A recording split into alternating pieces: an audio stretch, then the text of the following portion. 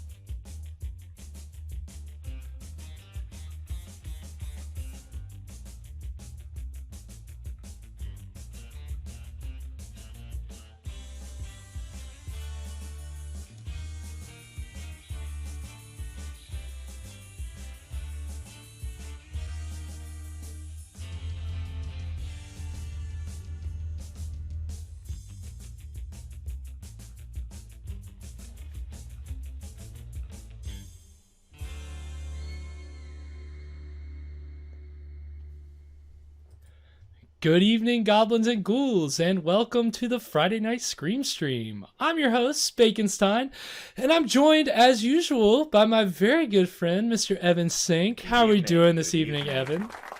There it is. The applause is back. I mean, it's always been here. Finally but, getting the, sometimes I have the ability, the bandwidth to remember to hit the applause button, and sometimes there's just too much going on. But so we've got hotkeys. Hotkeys are in the house. Hotkeys are in the house tonight. So thank you guys so much for joining us on this Friday night here to watch some public domain horror, as we've been doing for the past 8 weeks. This is our 9th week now. So thank you guys so much for everybody who's joined us so far. Tonight, we've got something very special for you. It hits a couple different firsts for the Scream stream. The big detail that I will say is that this is the first werewolf movie that we've had on the stream, believe it or not. I don't remember I don't think anything we've had up to this point has featured any kind of a werewolf. We've had Frankenstein, we've had Frankenstein's monster, excuse me. We've had vampires. we had a Frankenstein. There was a Frankenstein in there. Right, there was. That's true. I guess it's technically correct. Maria Frankenstein. The granddaughter, not the daughter. So, what else? We've had voodoo, we've zombies, we've had... We have had Ape Man.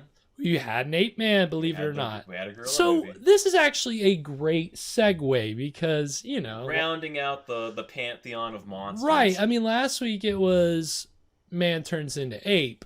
This week it's man turns into werewolf. Tonight's film, Werewolf of Washington. And the other big thing about tonight's movie is the fact that, the ape man was ridiculous. Yeah.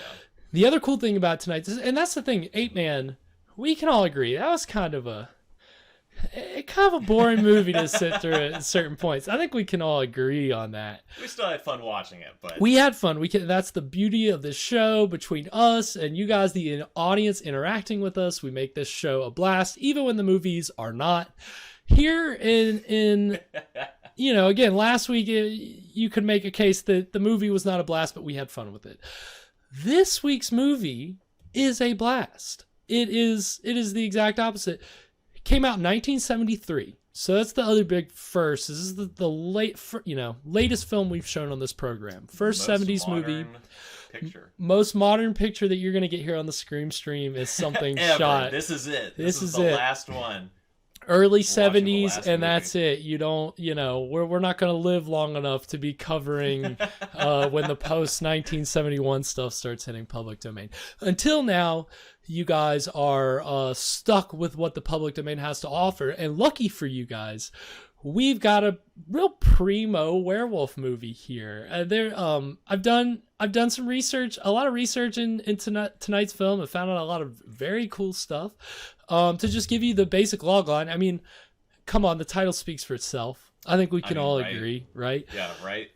But to give you a little bit more context, it basically follows a employee in the White House, again, I haven't seen the movie in a while. I don't remember quite what the main character's role is in this presidential administration, but he works in this presidential administration.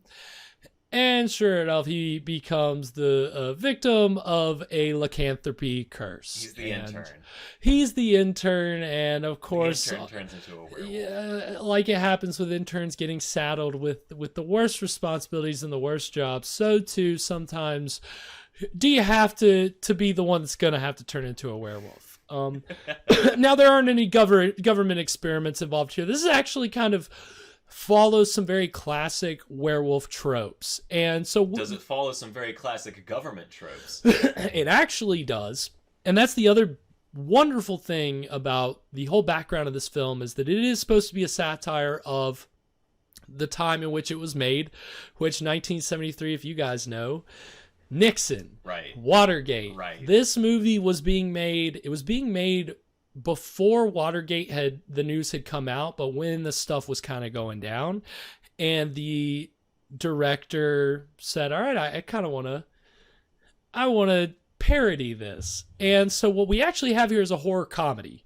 Like, legit, this is a horror comedy. Is this our first horror comedy?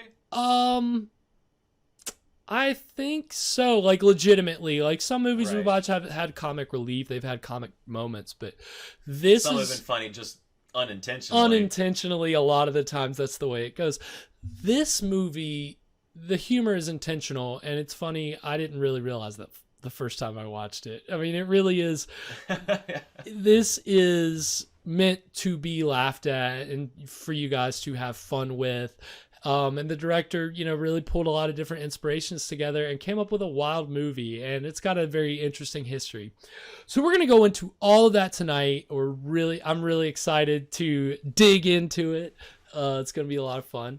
So, as we have been doing for the past couple weeks, we've been bringing you guys drinks to enjoy with these wonderful public domain films. Evan works hard every week, digs around on the interwebs, and sometimes comes up with an original of his own, and we bring you guys a new Sometimes by drink. choice, sometimes by necessity. Right. Sometimes whatever's just around. So with that said, I'm going to go ahead and turn it over to you, Evan. All right, so tonight's... Well, you got to introduce the segment. Oh, okay. I was waiting for the title card. Well, yeah, I was going to wait for you to... Oh, well, okay. Mr. Hotkeys over There here. it is. Boom. Garrett, what were you drinking? What was I drinking? What was I drinking? You have to say it like that because the pun doesn't work otherwise. So tonight's drink is, or was, do we have the card for what tonight's drink is supposed to be? I don't have it to pull it up to show the audience, but if you go on our Instagram page, you can see that... In an ideal world, tonight's drink was going to be the American Werewolf because it just fits. It fits. It was the it's closest exactly thing I what could we've find. got. We've got an American Werewolf. Unfortunately, that's a premium cocktail. You need some kind of top shelf. Some top shelf stuff. So if you saw our Instagram post and you looked at the ingredients and your eyes got real big, or and at then least hard to find stuff. What are these rich asshole? We couldn't do it either. So You gotta don't go to a worry. specialty store for that kind of stuff. So tonight instead we're drinking the bootleg werewolf. Bootleg is important because the quality of tonight's film is not more great. on We'll that get later. more on that later. So the bootleg werewolf is gin. It is some fortified wine, and this is an experiment. I don't know how this is gonna turn out, but we threw some bitters in here. So I'm excited. I'm very excited. Thank you, sir. All right. Oh, it smells good. All right. Cheers.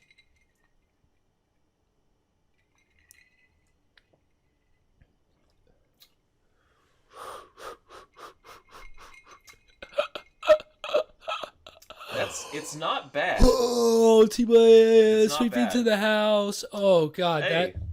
that is it makes me want to kind of crawl into a coffin and just be like this because that is something that the initial taste to me is kind of almost like Fireball, but then like Yeah, the I can liquor feel that, hit, yeah. and it just then all of a sudden it's just like That's a lot of alcohol. that's a lot of alcohol. I mean, usually these drinks that we make have a ton of ingredients because a lot of half of what is in it isn't alcohol. Right.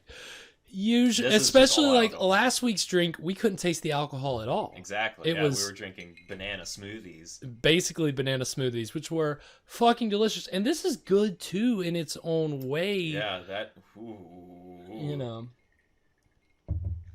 That's some. I like it, but it tastes like it tastes like something that you would buy from a 19th century snake oil salesman. It does. It has that kind of kick where I and found this guy sold me some tonic out of the back of his wagon. Right. And I took a sip of it, and in my mouth, I didn't taste anything.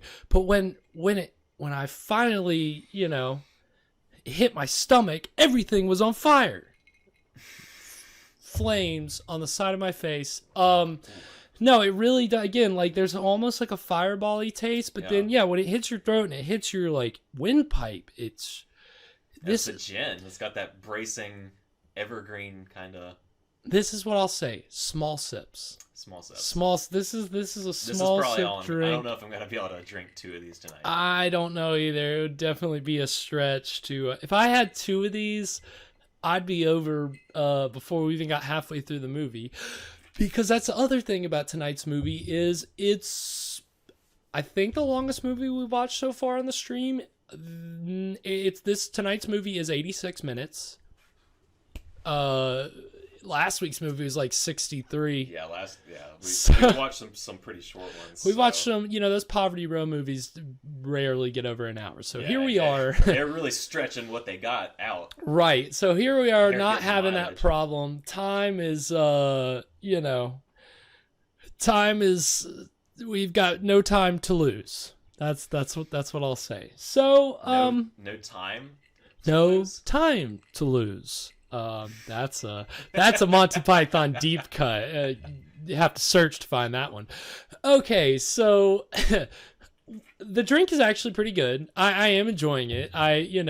It's an experiment, as this entire show. It's an experiment. I thought that eventually, surely we're gonna watch another werewolf movie. Yes, we have more on deck. Surely there are more that take place in America. Mm-hmm. So there we go. We've got the true American werewolf waiting in the future for us. But tonight, it's the bootleg werewolf. The bootleg werewolf. The bootleg werewolf. And again, because tonight's movie is the first werewolf movie, we're going to get a lot of facts about Werewolf in Washington. What we're also going to do is just I'm going to get, whether you guys want it or not, I'm going to give you a lot of context on just the werewolf movie up to this point. Up to, this was produced in 1972, released in 73, but we'll talk about that later. And so if you saw our pre-roll, you saw a Wolfman trailer, you saw you saw, that's what we got. Lon Chaney, the classic Lon Chaney Wolfman.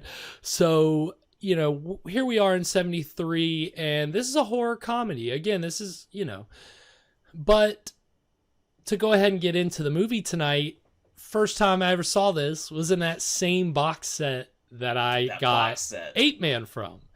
And again, it was like 50 or 100 movies. Speaking of, and I don't want to derail too much because I know we got to get to the movie. Right, but yes. I did have something. I don't know if Gary, you saw this on your way in. No, Evan's surprising me here. I don't know. I'm all. My lovely wife gave me some DVDs. Oh, really? How familiar are you with Red Skelton? Oh my god, dude. I was on a whole Red Skelton kick like last year, bro. It's on Tubi. I was again, I'll binge watch old TV shows if they're good, and I really enjoy Red Skelton. So, whoa. All day I was reading it as Red Skeleton. And when I was a child, I saw it on PBS. I was like 8 years old, and they're doing Red Skelton reruns, and I was watching them. I also thought it was Red Skeleton. Exactly. And that would be very on brand for this show. I know, right? Red Skeleton sounds awesome. And I'm sure you've seen. I haven't seen any of Red Skelton, so this might not surprise you as much. But there's a character on the back here that is Clem just Kniddlehopper? incredible. I don't know. It's this guy. Yeah. Oh no, that's what's the Freddy the Freeloader. Freddy the Freeloader. Yeah, that's his name. Freddy the Freeloader. That's right. What a character. Yeah, that was his kind of not sad clown character, but it was kind of. It's a tramp. That's a kind of clown. Right. Exactly. This week. Okay. We watched One Step Beyond, and I was refreshing my clown knowledge. Yes, if you joined us for the minisodes, we were kicking it with some spooky clown shit. It was actually pretty wild. It was one of the best episodes of One Step Beyond we had watched up to that point. And so yeah, keeping it. Yeah, Red Skelton is one of the kind of famous late stage clowns. Chaplin is that's the tramp. Chaplin is the iconic Right. tramp, you know, kind of considered more or less like a clown. And Red Skelton was kind of the later stage of that. Ladies and gentlemen, Mr. Red Skeleton. Mr. Red Skeleton. We're going to have to get a character on this show called Red. We're going to have to be joined by a Red Skeleton. Red Skeleton is my favorite, like, super villain? Yeah, isn't there some Isn't that a villain with like a red or wait, no, it's not a villain. Maybe I don't know Marvel superhero stuff. It's red something. I could repeat Universal horror stuff the way that Red hardcore Skull, that's Red it. Skull. Okay, Thank you, Sierra. Yeah. So yeah, Red Skeleton's awesome. Love that show. There are some episodes with Vincent Price, some episodes with Boris Karloff. Yes, this show, the Scream Stream is all in the spirit of seeking out older things. In this case, we can show you stuff in the public domain. In that case, find Red Skeleton. That may be in the public domain, actually. I don't know. I think there are probably some Red Skeleton episodes. That's what people thought was hilarious. Is like, you know, I mean, he had fun, and he was a big ad-libber too. Like that's why his show is really fun, because he was just like super quick. He'd come out, give a monologue, do some sketches, do like a song or a comedy routine, and then just a real old school wise guy. Yeah, I mean, he was really, he was a lot of fun. Total diversion from, tonight we are watching. So tonight, no, but it's funny because that looks like, it may be a public domain, DVD set. Possibly could be, and that's exactly where I found Werewolf of Washington. It's on something that you get at a Dollar General or a Dollar Tree or just one like of those just Ross Dress for Less. Deep cut. Yeah, it's just like they've got a DVD rack, and it's just this like whole. In my case, for Werewolf of Washington, it was just this box set, and I got to see movies like 8 Man, and I got to see Werewolf of Washington, and. I didn't get the comedy when I first saw this. It wasn't as funny to me as Red Skeleton at the time. I just didn't get it. Nothing's funnier than Red Skeleton. So no, it took me a while to really appreciate the comedy, but the werewolf shit always was scary to me. And I think it still holds up. And werewolves have just always kind of fascinated me, been kind of scary for me. So... you know, especially when I saw this movie, and it was, you know, it's a later stage kind of scary representation of a werewolf. So even with it being a horror comedy, the werewolf stuff, you know, it's cheesy, but it slaps in some cases. So it was something. Oh, and so I'm going to go ahead and apologize up front. And Evan kind of alluded to this with the new name of the drink being the Bootleg Werewolf. The copy of the movie that we're watching tonight, it's not the best quality copy. You can't find a pristine copy of Werewolf of Washington. It's all like VHS rips. Like a VHS rip off a VHS rip. And so we're watching the movie in 240p. So 480, but you know, I mean, and I did, you know, and I was telling Evan before the show, I found a version that was actually, you know, because again, all of these versions, the one we're watching tonight, it's pan and scan, which means it was a widescreen movie. The sides were cut off so that it would fit on square televisions when it got put on VHS. So it's pan and scan. And it's got kind of those VHS artifacts. Some people like that. That's not a bad thing. But, you know, we're living in the day of upscaling to 4K. And we'll talk about what's going on with this movie and that later. But... because this is the first 4K movie. Well, again... not this version. The wonders... No, not this version, unfortunately. It's a little murky. It's just kind of the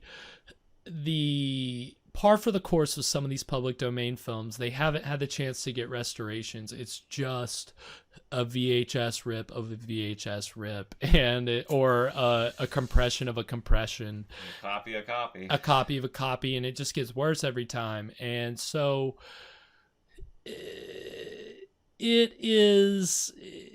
it's still what we got to work with. And like I said, I found a better version, but it was missing good scenes. It was a widescreen version, but it was missing integral scenes. So I was like, well, what?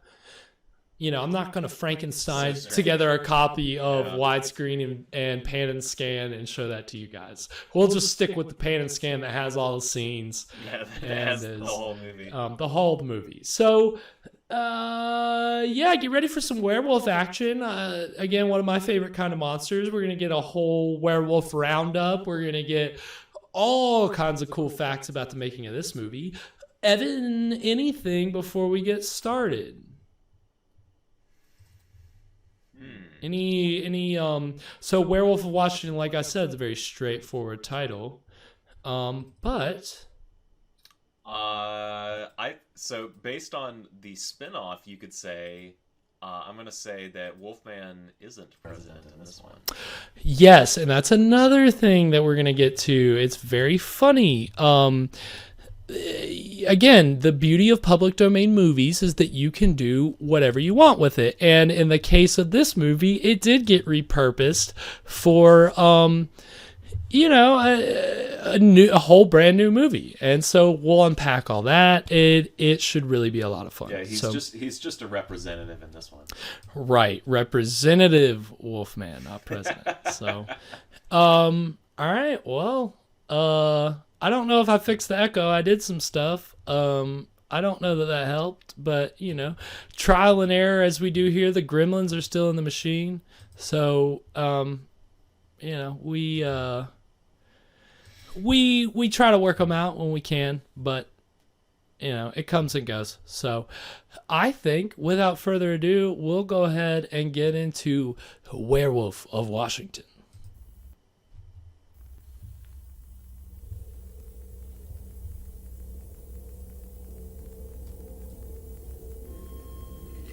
That it could happen in America. That it could happen now. That it could ever happen to me.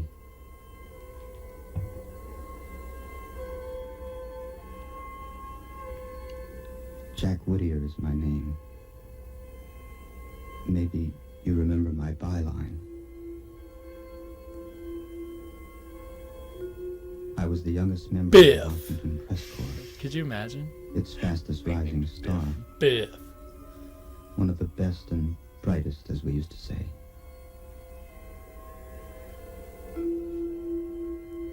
Before so much blood passed under those pretty Potomac bridges.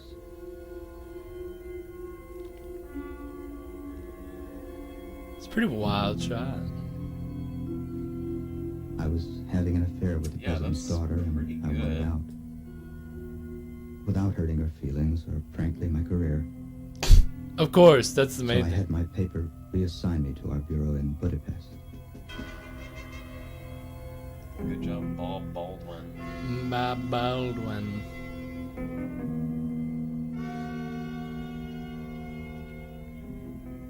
Somehow, the president heard I was banished for being too pro-administration. And he offered me a job which I couldn't refuse.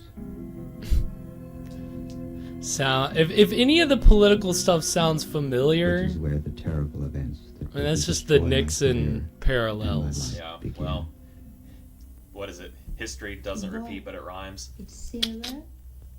I found it in a little shop. I didn't think there were such things left. What's it for?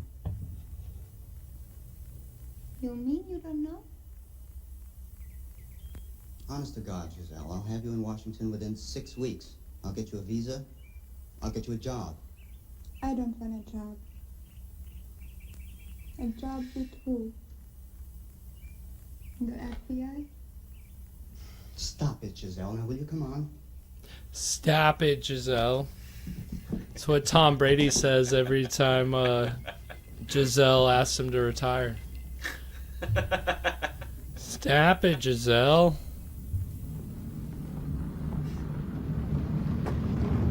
Whoa. Sierra, I don't know if we've had any improvement on the echo front, but please let us know. Was that a Ford F-150? Hey, fella. What do you think you're doing? You're trying to get somebody killed? You ran me right into the tree. What are you doing? I'm just standing here right in the middle of the road. Will you say something? What's the matter? Can't you speak English? Giselle, when you get back in the car, I gotta make it to the airport.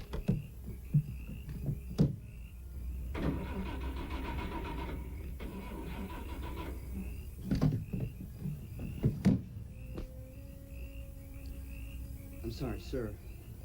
I lost my temper. But my car won't start and I have to catch a plane. It's very important.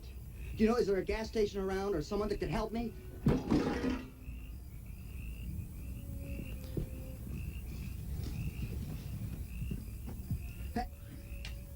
So I don't know if it's been made clear, but they're in Hungary. Hey, mister!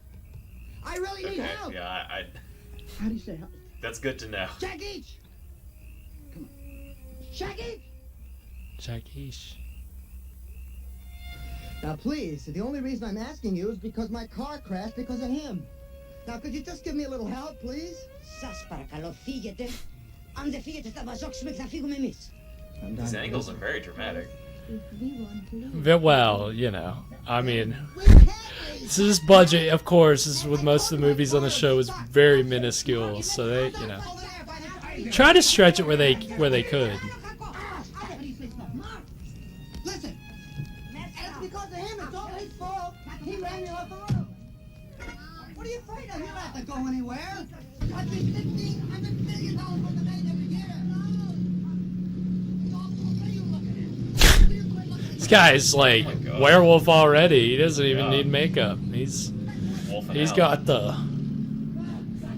the look. He's got the look.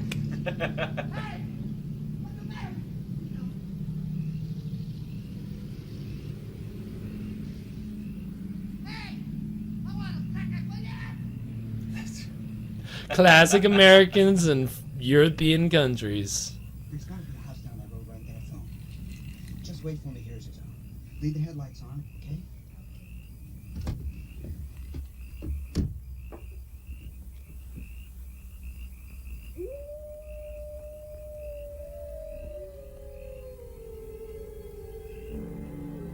There. Over there? Yes, over there. Fine. Is it far? It's long ways? It's far. It is far. How far? Not too much. Oh, good. I can walk. No, not tonight. Come in. Do you know what time the departure schedule of the train? Moon. Come in. Not tonight. Come Thank you. in. I'm in a hurry. Just Come in. what are you afraid of? Classic superstitious Europeans. Well, I'm an American. Giselle?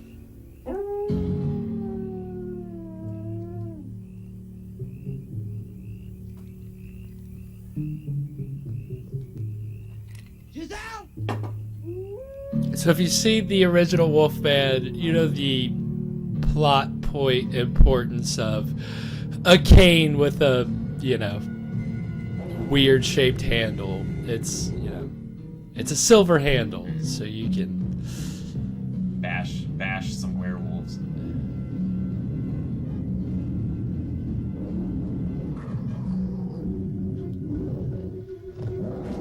What?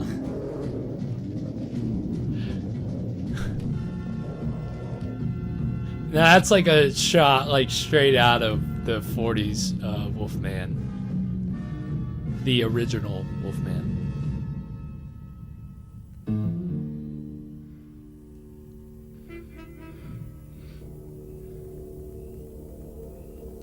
So this actor's name is Dean Stockwell, and he started as a child actor, you know, famous Hollywood child actor.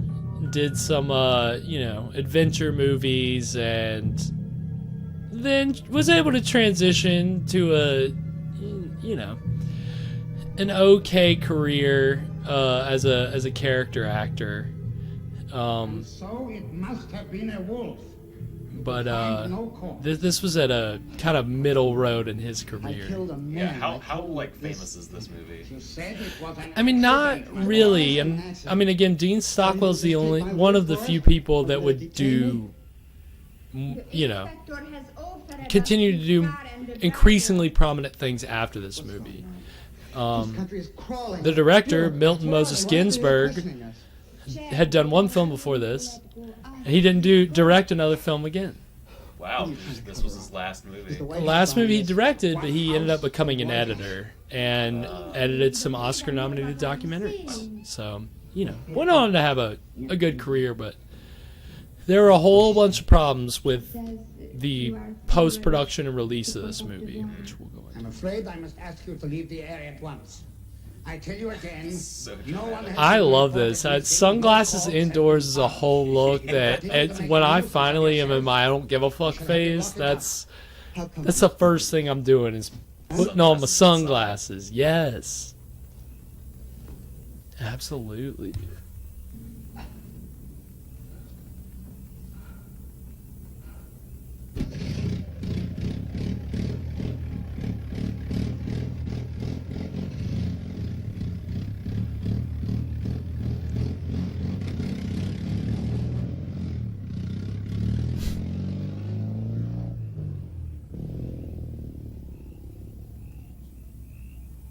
That was your son that I killed, wasn't it?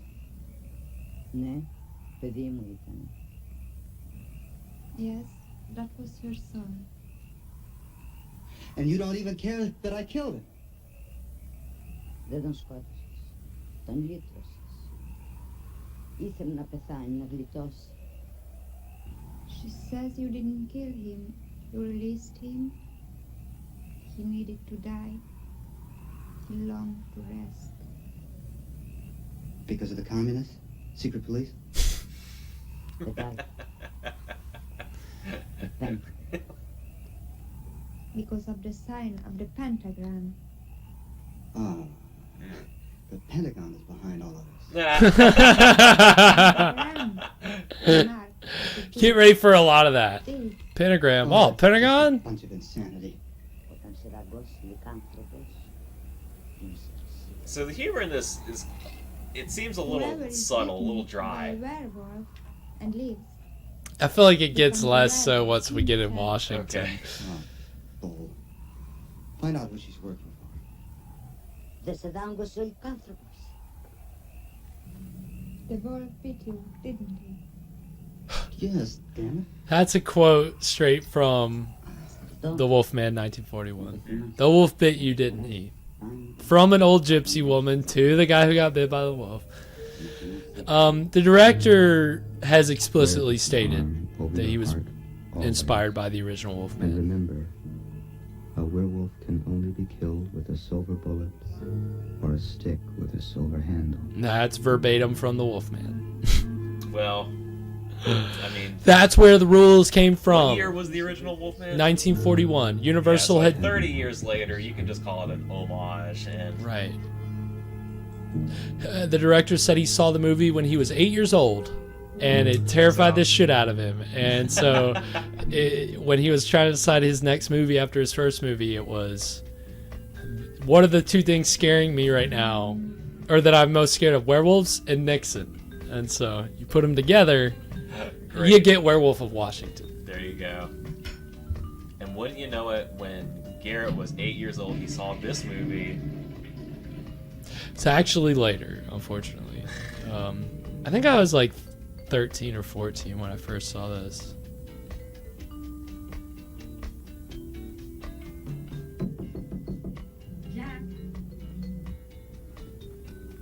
Don't you love the little elevator? Yeah, the music. The president wants to see you. He's in my bedroom. Classic Washington. Do you think they play like elevator music in the White House bathroom? Oh, for sure, dude. You gotta have something going so that you don't hear the people who are taking massive shits in the stalls, dude.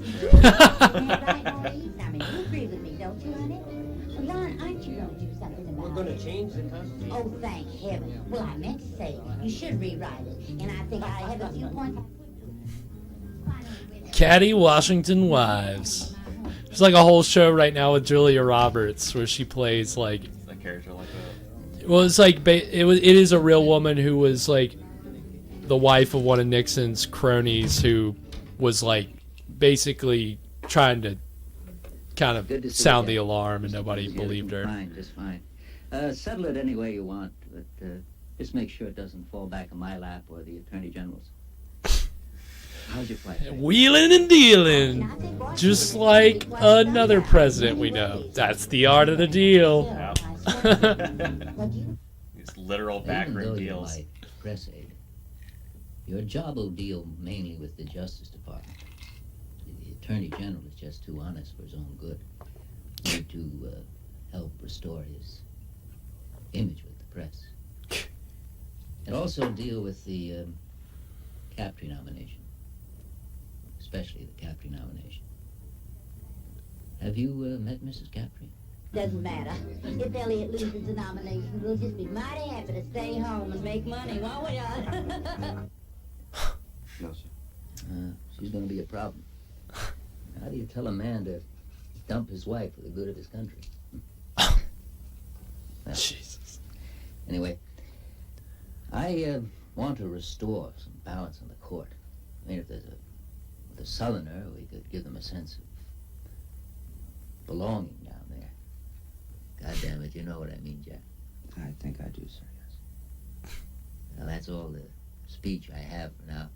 But we'll talk some more later. Have you seen Marion yet? I don't understand you young people. You young people. If she's seeing a nice young man nowadays, you should get to know him. He's a psychiatrist, a naval psychiatrist. I think you'd like him. So how are you a psychiatrist for a belly button? Represents the people of Maryland. Hello there. Did you get it? No. So he's a naval psychiatrist. God damn it. Senator Bonds. Oh, he makes me so Whoa. That's usually me. It's usually going over my head. Thank you, Mr. President. Jack, you see the kind of problems we have here. The judge, I want you to meet Jack Whittier, the new assistant press secretary. How do you do? Mrs. Captree.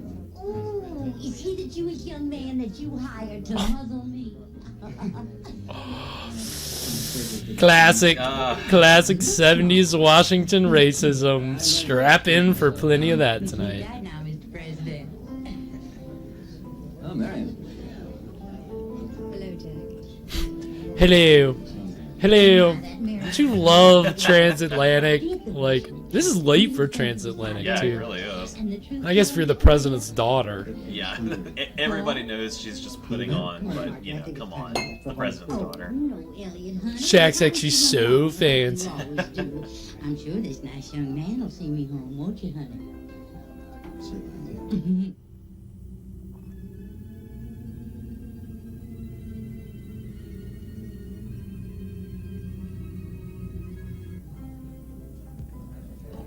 I think your father's... What's going I have on at no the clue what that Washington was. Monument? Jesus Christ. I didn't even know that was a Washington Monument. What, I mean, I guess it is. It's I'm Washington, engaged right? to be married, Jack.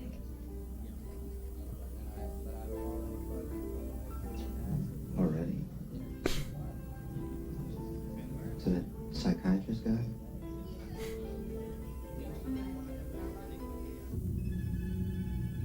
Uh-oh. So one of his like famous movies when he was a child actor was a movie called The Boy with Green Hair, which again is another movie that is exactly what it sounds like it's about. I would hope so. You know, anytime you have people marching in the streets, you're just catering to the revolution. You know what my husband said? Well, my husband said many times that he actually prefers some of the Russian communists against the liberal colonists in this country. What's the matter with my name? That's another classic Universal Wolfman thing, is seeing the pentagram in the palm of your next victim's hand. Huh. Okay. I've never actually seen it. Of course, it's more relevant in the Wolfman when that person is a palm reader, and so, you know. Right. But they say anybody who's a werewolf can see the pentagram in the palm if they're holding, I guess, their next victim's hand, if they're so lucky. Why don't you me sometime, Jack. We'll have a talk. That must be the psychologist. Now, where were we? Where were we? The moon is just like, was this a David Lynch movie? Like it's just like, whoa. What is this? What Star Wars now? Are we looking at the Death Star? What? Oh, okay.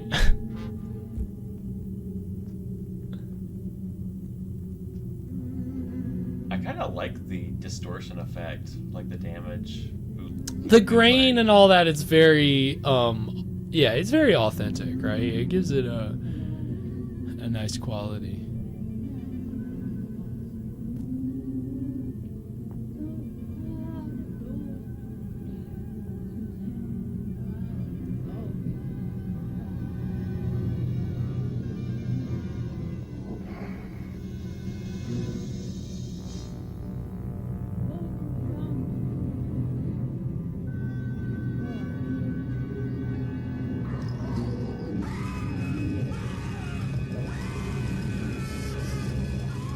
Ted. Whoa. I like that. That was good. Myself, they didn't even have a station break. That was and great. This prejudiced, hostile critic is the commentator they put on right after the president's address about Captree. Well, I have the network's word. They're gonna bury this guy someplace. What do you mean? Give him the axe. Drop him. You're kidding. No. The president is fed up with this guy's facial expressions and gestures. We've got some friends there. It's the other networks I'm worried about. Here, take a look at the speech the vice president's going to read tomorrow night.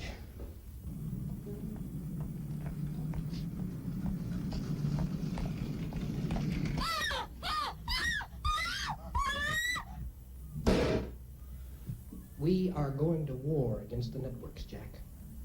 We're going to win back the minds and... It is very choppy editing, I will say that. Yeah, it's very... We have Captree on that court to win the fight or we're in trouble. Hell, you understand. Hey, look, Jack, there's a line in there I have trouble with, something about the views of a small group. How does small strike you? That's a little soft. What would you call your compatriots of the press if you wanted to be, a little more flashy? Let's see. Well, at their worst, a coterie of impudent snobs. Or, no, I mean, really, I could find some... Oh, that's great. We'll use it. You're kidding. No, it's just what we want. Look, the man told me to give you a draft of the speech and listen to your suggestions on it. Now I know why. I want you to spice it up a bit, huh? Well, I don't know. I mean, I wouldn't use that line that I just suggested. No, that is exactly what we want. Isn't that the way it goes? It's like, oh, I wasn't making a real suggestion. I was just giving you a bad suggestion. It's perfect. It's what we want. My God. What's this country coming to? Mrs. Captree was just found dead.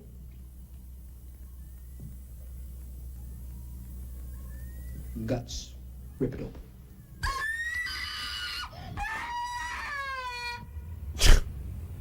Oh, like guts ripped open, and then a little bit of red corn syrup on the neck, and yeah, they didn't try too hard with that. So clearly that was shot in Washington, but most of the movie was actually shot in Long Island. The director was from the Bronx, and I think they shot most of it there, and then did some exteriors in D.C. I love their iced tea. Yeah, I guess Long Island. Don't we all love a good Long Island iced tea? We're gonna have to get a variation of that one of these days on the stream. Well, not everyone gets to see all of the White House, Jack.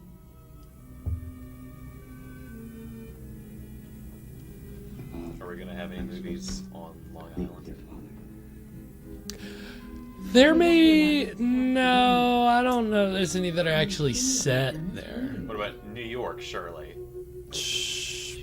but there's gonna be a lot. There's a lot of New York themed cocktails. I don't know if Really? there's many movies on the show that take place in New York.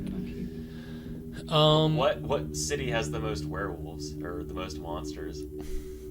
Hasn't Judge Capri? It's always just some random small town, or a lot of the times it's. Well, I've asked him not to make that request. Frankly, I don't want his name withdrawn. The current permissive trends continue in this country. I'm worried about national anarchy. Andrea, you and I, we don't see eye to eye about most things. Never asked for your support, and I've never received it. B. Arthur over here. Yeah. Maud. Now, if America could change its position, it would swing the nomination for him. You'll never Sick. make it, Peter. Just give up now. Fresh in the house. Yeah, I don't know why the president's got a model rocket on his desk. A model rocket and a football and a jet. Oh, by the way, I don't know. There's no. I think it's just. I think that's just the toys that he likes to have on his desk. Probably when he's not having a meeting, it's burn. Is that an early space shuttle? Is that what that's supposed to be? Well, again, this is 73, so I don't know when. I have no clue. I'm not a space expert. He requested the transfer for personal reasons. Right. Right, yeah. 100%. Well, again, you should have seen Fresh. You missed the non-Hungarian Hungarians. That was pretty wild. There's a Greek woman playing a Hungarian gypsy woman. Gypsy's not a PC word anymore, but Yeah, you can't say that. can't say that anymore. But gypsy woman, I don't know. If you're talking about a fortune teller, maybe I should just say fortune teller. Maybe that's more appropriate. They're not even hungry. Yeah, Fresh. So we're watching Werewolf of Washington, and Just accept that. it I'd like it to be. is. We gotten one murder, so there's that. Yeah, we got a body count going. This guy went to Hungary, got attacked by a werewolf, and he's the president's press agent or some kind of press something. Wait for me in your room. Go away now. And it's a horror comedy, so that seemed very cheesy. Yeah. It was supposed to be.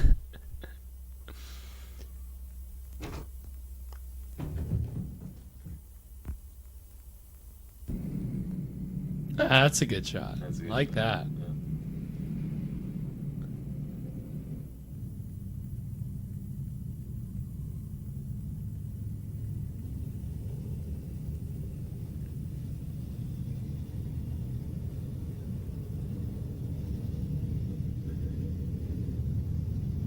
Even in the 70s, man. Ooh!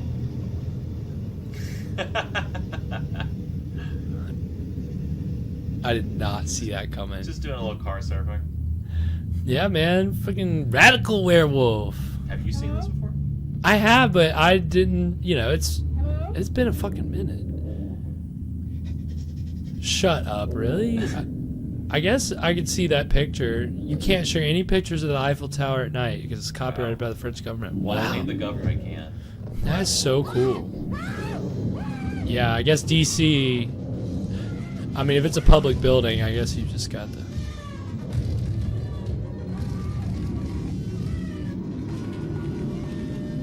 Do werewolves usually go for the neck? The jugular vein, as established in the Wolfman. That's for some reason. They want the jugular vein. I don't they know. Want blood? I kind of figured they were more flesh eaters. It seems to be blood.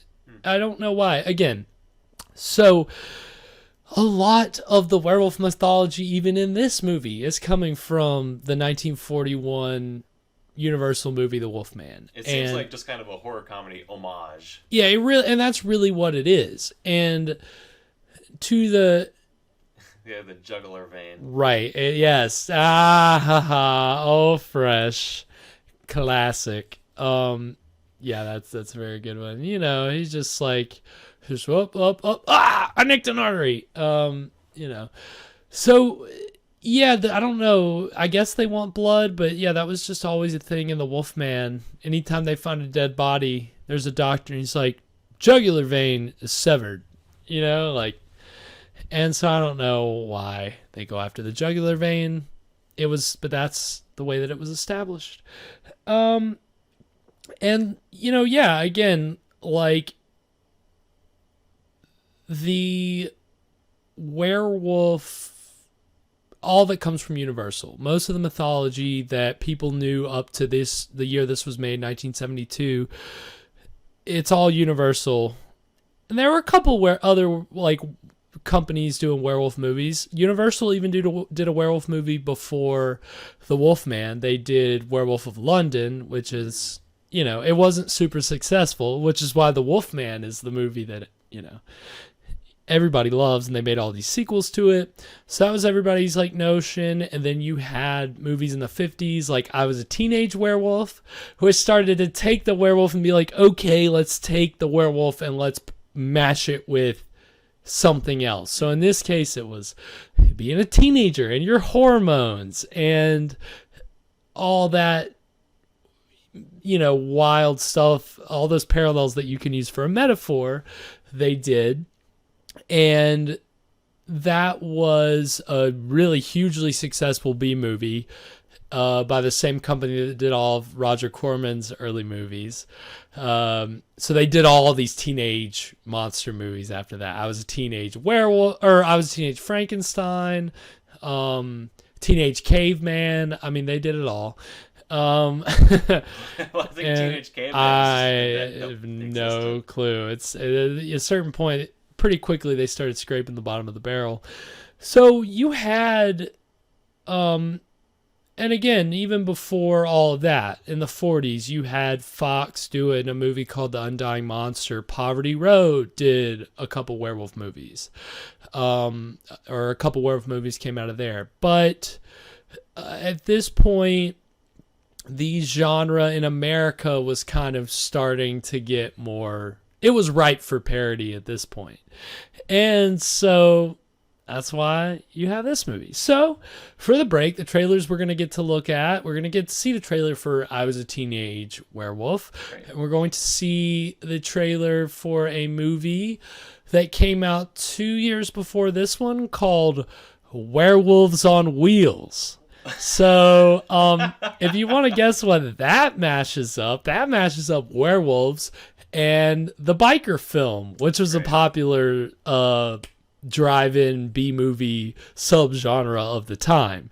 So, of course, roller skates. Nope. Although a roller skating werewolf would be on point. Apex Predator. Although a werewolf on a motorcycle is that's pretty good. Terrifying. Too. Yeah, that's pretty. So, and I actually haven't seen that movie, but wild title, interesting trailer, but it gives you a good idea of before this point kind of where the werewolf was at as far as being kind of more for parody than for, and not even parody, but it was less about the werewolf and more about exploring a relationship or a metaphor than just, you know, werewolf action. And so that's what is clearly done here, is it's all about this metaphor of politics and, you know, all of like the, you know, trying to combine these things into one narrative. It ends up, you know, we've already had the Pentagon bit. So, you know, Werewolves on Ice, I would pay to see that, Fresh. Yeah. Actually, legit. I would pay to see Werewolves on Ice. Wolfgang. Well, you know. See, imagine if that was Mozart's stage name. If he would have just been Wolfgang. He was already a huge sensation at that time, but if they brought him back to life, if they revived Mozart, that would be his name. That would be his moniker nowadays. It would be Wolfgang. Of course, naturally. So, although, what is it? Is it Tyler the Creator, or is it, what is it that, there's like Golf Wang or something? Yeah, it's like something like that. Yeah. So, yeah. So, yeah, the werewolf had kind of been not really taken seriously after a certain point. Yeah. Yes, it's Tyler. LOL. Yes, I need fact checks on that. But yeah, I mean, so you'll get to see the trailers for these movies. They're pretty fun, pretty enjoyable. So we will show those, and when we get back, the exciting middle of Werewolf of Washington. Don't you call me a boomer. You're a boomer. Get out of here. Well, I am the one showing you guys public domain horror movies, so I guess I'm a boomer trapped in a millennial's body. We'll sort that out after the break.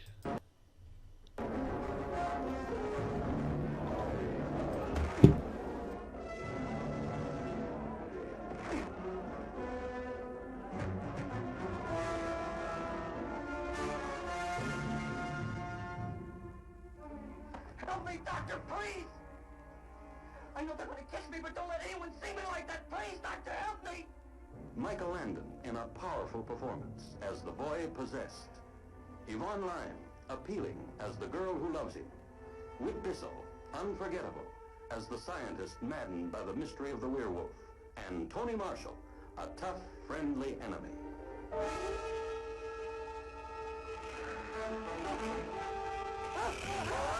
These are official pictures? Yes, Chief. Slash on either side of the throat. You got any theories? Fangs. He was killed by a werewolf. Panic penetrates every home when this strange, unknown killer hits town, taking hold of the teenage crowd, coloring their practical jokes with hysterical humor that'll make you fall flat on your face with horror. Remember how wonderful it was when you sprang and suddenly dug in with your fangs, a soft throat, the gush of warm blood? No! No! Nothing you've ever seen has such blood-chilling savagery. Nothing you've ever conceived packs such a spine-tingling jolt. This high school boy, a teenage werewolf, a constant threat of claw-ripping attack to everyone, to the brave and the beautiful.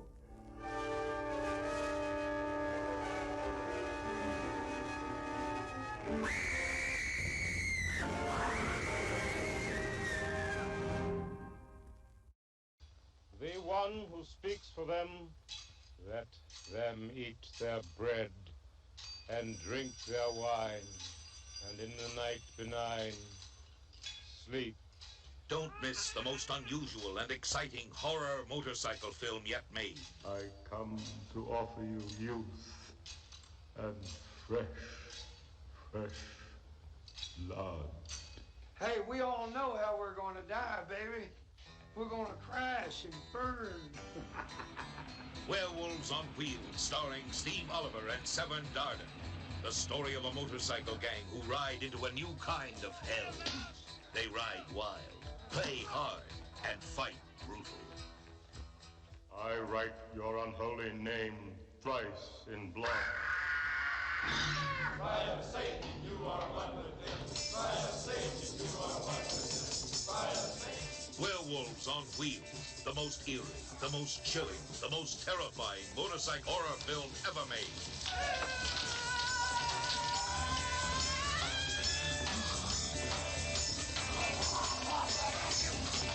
Their survival was the torch, as one by one they became terrifying, bloodthirsty werewolves on wheels.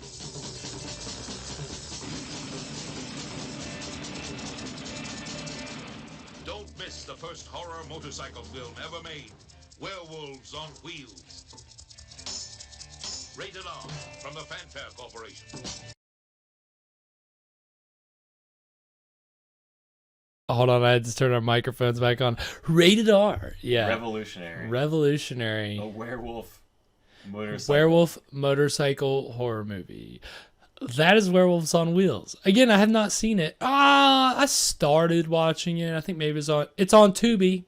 A lot of movies that I'm going to recommend, except the Universal horror stuff, is on Tubi. Although there are a couple Universal horror movies on Tubi, but Werewolves on Wheels is on Tubi. So if you want to see that, you can go watch it there. I think it took a while to get to the Yeah, I'm just a Tubi plant. I'm a robot. I've got a Tubi chip.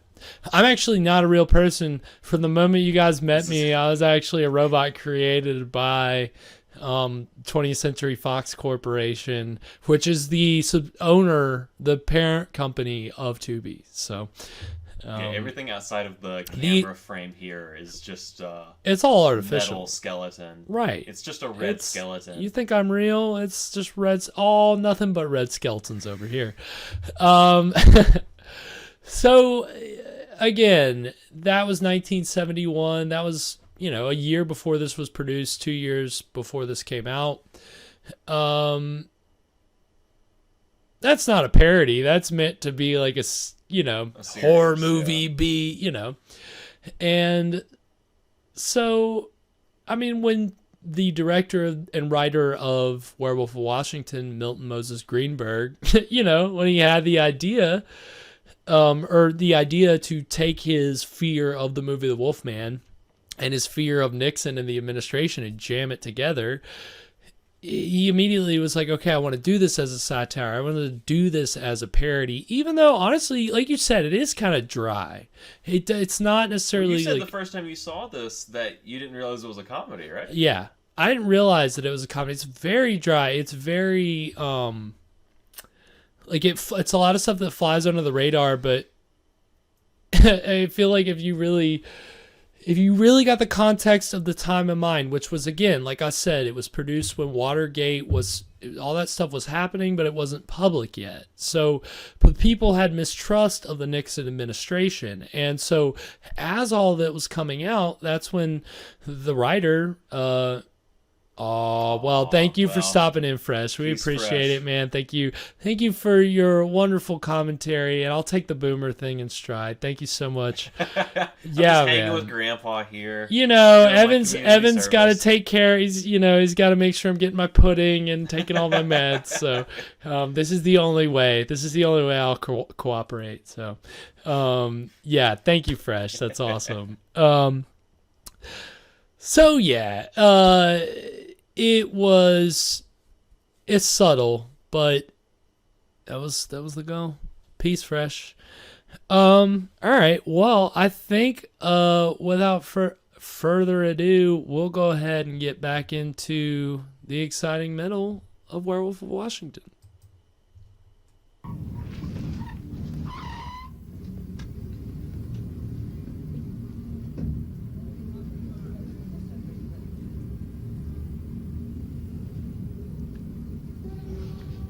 Says it's a werewolf.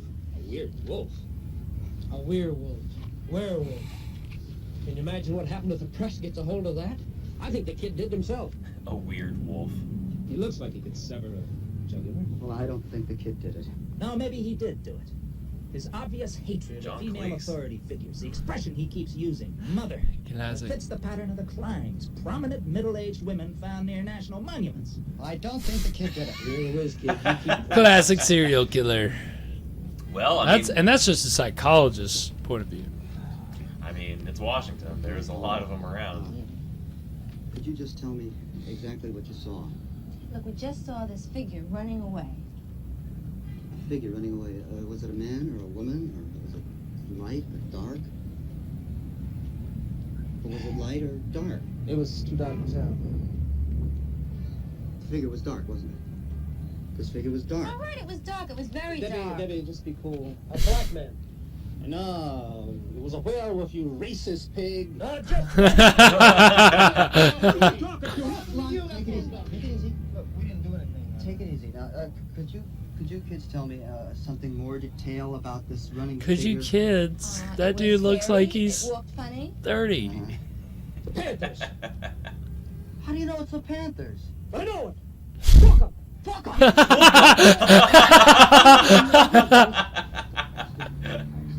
And I'm pretty sure this guy's the Attorney General, which ask me why the Attorney General and the press secretary are at a crime scene, and I couldn't tell you. Big bus on the mall. I'm just trying to help you now. We're going to assign an FBI agent to keep you under surveillance, or else we're going to have to lock you up. Oh, wow, man. Thank you. I wonder what he saw. Well, sir, do you have any leads? I mean, this is the second Pentagon. no figure in 2 days. Are you sure you have enough manpower to trap the killer? I mean, your boys seem to be busy with the networks. Let me tell you something. None of this would have... I don't know why he's framed with that mobile sign behind him, but I love that. Don't let me get to you. How do you know that we support the elements when you don't have one single lead? We do have a suspect, and an indictment is imminent. Sir, I must insist that you stop talking to these people. Does imminent mean today, tomorrow, or indefinitely, sir? Imminent means tomorrow morning, 9 o'clock. I'm sorry, sir. You bleeding hearts be surprised. He doesn't have one indictment. He's too busy investigating us. You see? See? Jack! That whole scene kicked the parody up a whole notch. That was ridiculous. Yeah, he is cray cray. Yeah. Cray cray and racist.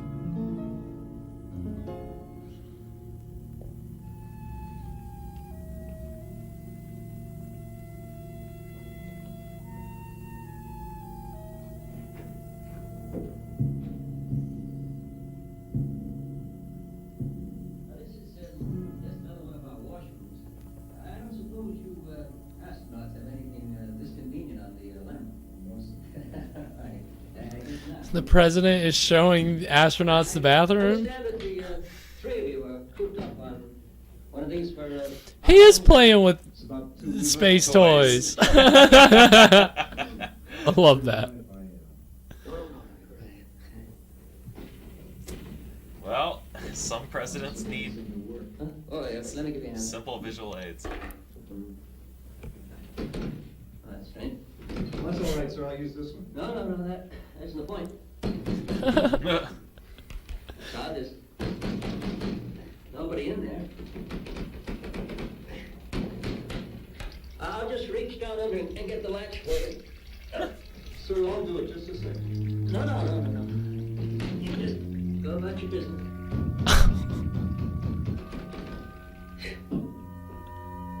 I'll get the janitor to look into that. You know, it's odd. We got one of you fellas up on the moon, but when it comes to fixing a little latch like that, we just throw thumbs. Okay, there's a Remington I want to show you out here that Blackwood's gave it to me with the Macy's. That was ridiculous. That was in that wallpaper, by the way. Can we just comment on that? That is cray cray. I've been thinking this whole time that this looks like a David Lynch bathroom if it was just really into blue. So it's funny that you bring up David Lynch and the color blue, because Dean Stockwell's career was kind of revived by his role in David Lynch's Blue Velvet. He was actually in Dune before that. David Lynch's Dune. I don't remember. I didn't look up the character name. But Dean Stockwell plays character in Dune, and then David Lynch put him in Blue Velvet, and he's really famous for his role in that. And then in '88, he'd go on to be nominated for an Academy Award for Best Supporting Actor. So, how blue is Blue Velvet? I actually haven't seen that one. Well, the velvet is very blue. I can tell you that, because there is Blue Velvet in the movie. They deliver on the title. I'm not feeling very well. Do you think you might want to find someone to replace me? Me right now? Well, sure, go ahead. Take a nap, Jack. No, I mean generally, sir. Come on, Jack. You're doing a fine job. You're indispensable to me. I need you now more than ever. It's about those shoes, sir. Shoes? Yeah. What shoes? Jack, would you please stop scratching the palms of your hands? It's just not manly. It's about the murders, sir. I don't believe that the Panthers did them. Oh, there hasn't been a murder since we put a guard on that black boy. But the moon hasn't risen yet. Put a guard on me. Damn that mob out there.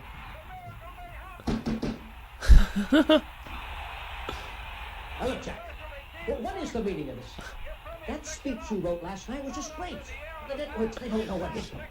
And it's all because of you. I want to assign you full-time for writing speeches for the vice president. Mr. President, I think I'm a real The senator, Mr. President. What? The senator. Speak up, goddammit! I can't hear you. The senator, Mr. President. Oh, send her in.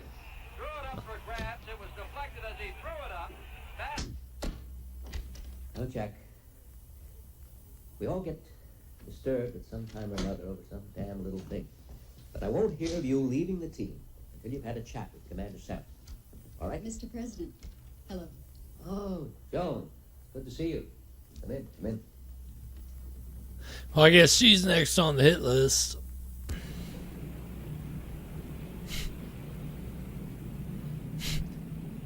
So we need you to walk that way and then turn around and walk back. All right, we're good. Moving on. Have you ever been to Washington? I have, yeah. I've been a couple times. You know, it always surprised, or I've only been once, but it definitely surprised me how close the White House is to just the National Mall. Oh It's yeah, just it's right there. it's wild. No, I mean the second time we went, Job and I like walked all around everywhere. Yeah. Like we It's by a neat ourselves. city. We It's just a really it neat was. city. It really is. It's a place to go explore. Like if you've got a day to go and just go around and look at everything, it's history. Yeah, a lot of history. It's it When the full moon rises, does feel maybe a little different than what I would expect from like with only a one desire, the desire to kill. national capital. Really, a werewolf. Right. It feels like a very young national capital. Yeah. I guess that's because it is. Yeah, it's What about true. my blackouts? It really is. And my scar, my finger. And what about those shoes? I think you're in trouble, Jack, but not the kind of trouble you think you're in. What about my seeing the sign of the pentagram? Well, sometimes we see our conflicts in terms of... And they're in some kind of Hungarian restaurant where there's. The Pentagon have to do with it. The pentagram! Gentlemen, the five-pointed star! The Pentagon. Would you come to the bathroom with me? Later, sir. Please. Would you come with me to the bathroom? Later. Later, please. Yes. I want to show you something. It's on my chest. I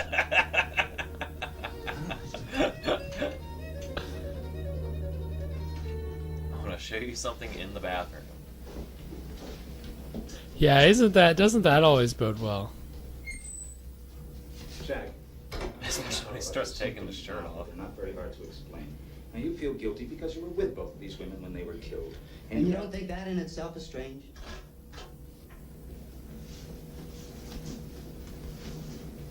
And you have the feeling that you could have done something to stop it, coupled with guilt feelings for having murderous... Well, look at this. Guilt feelings for having murderous wishes towards these women for evil reasons, for both of which you want to be punished. Will you look at this?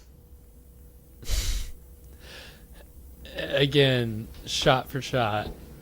Oh, is that a thing? Yeah, in the original Wolfman where he got bit, he's got like a star or something. It's weird.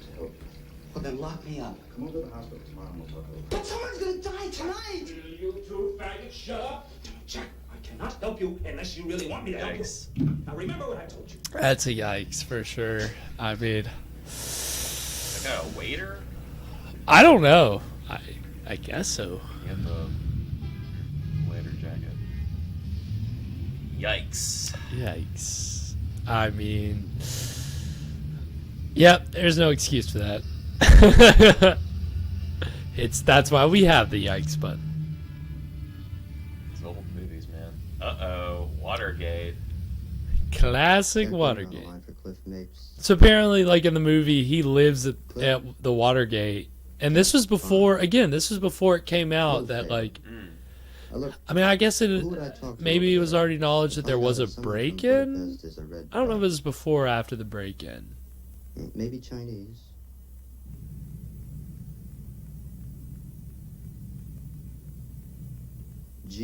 G-I-S-E-L-L-E. Frenick, F-R-E-N-N-I-K. French-Romanian, about 30.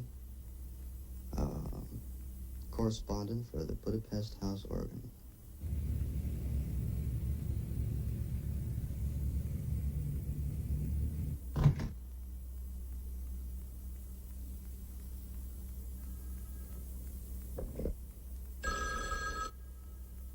Jack Whittier. Hi, Angel. Dr. Salmon? Yes, I did. Nice. now he has me thinking that whatever was bothering me was all in my mind. No, that's just between me and my analyst.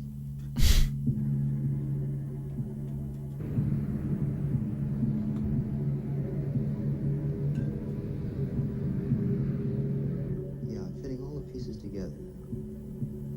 Beginning to think that while I was in Budapest, I was brainwashed or something.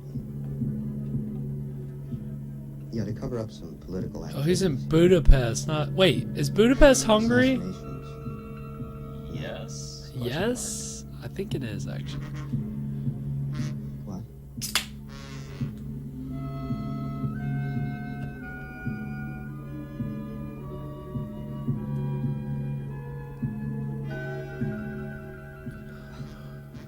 You want to come over here?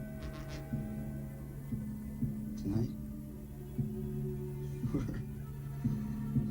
I just hope your Secret Service man never publishes a book.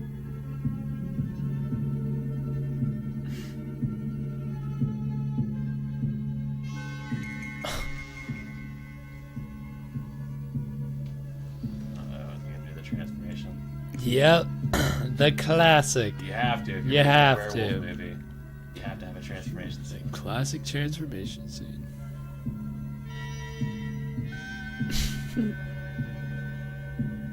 Yep.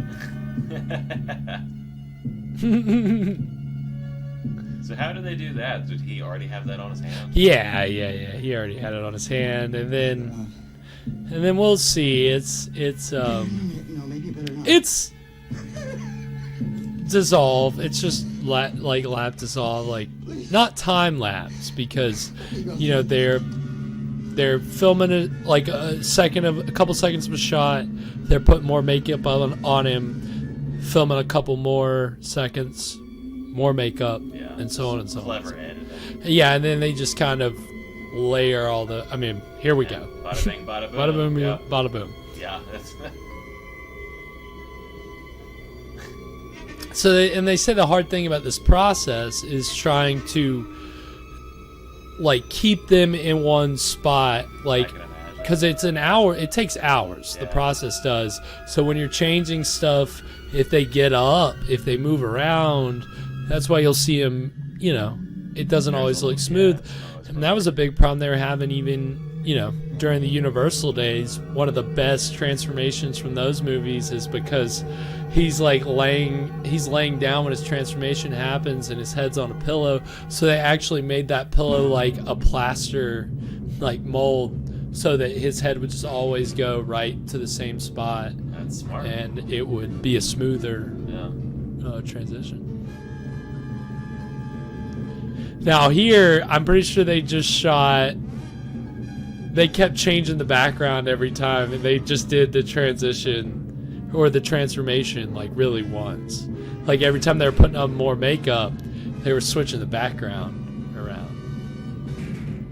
Because I think we see a couple more transformations in this movie. The transformation there, it felt like it went on for a little while. It really could have. See the movie The Howling, because the transformation scene is really cool. It's all special effects based, but it's like 8 minutes long. It's one werewolf transforming, and it's like, Just get on with it.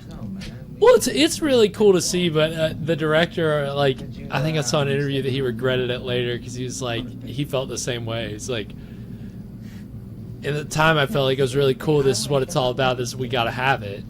But again, in that case, it was like air bladders and crazy stuff. Here, it's just the classic dissolve, more hair, makeup. You know.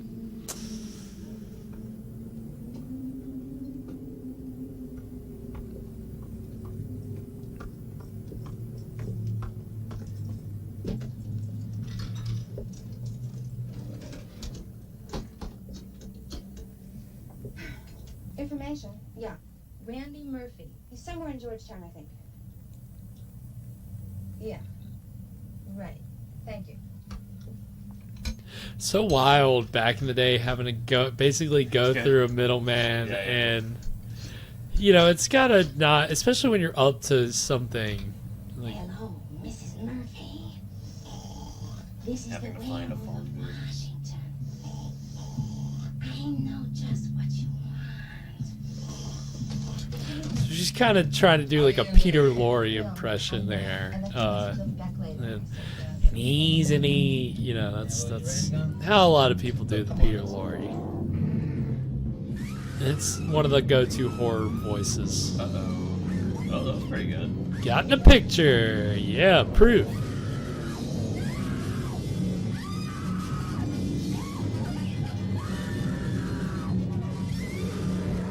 See, like, this shit freaked me out as a kid. Like, the werewolf coming right up to the camera and doing that shit. Like, I think I was kind of scared of something like that. Something coming yeah. up to the glass. I remember one of the distinct things I remember from being a kid is sometimes at night being afraid to like walk by a sliding glass door. oh I yeah, always felt like something. I was You're gonna gonna look, see I was something. gonna look, and there was gonna be something in the window. Just being a kid. Your fears are just right there at the forefront. You never know. You never know. You're just gonna. I don't know why. I always expected it to be an alien. I thought I was gonna look out the window and see a little. See, I had a similar thing, but with like an empty hallway with a corner. Not knowing, you know, my fear was like something like this is gonna come around the corner. Of course, you know, even then I knew, okay, this isn't possible, but how fucking terrifying would it be? Intro, right? Yes, this is from the intro.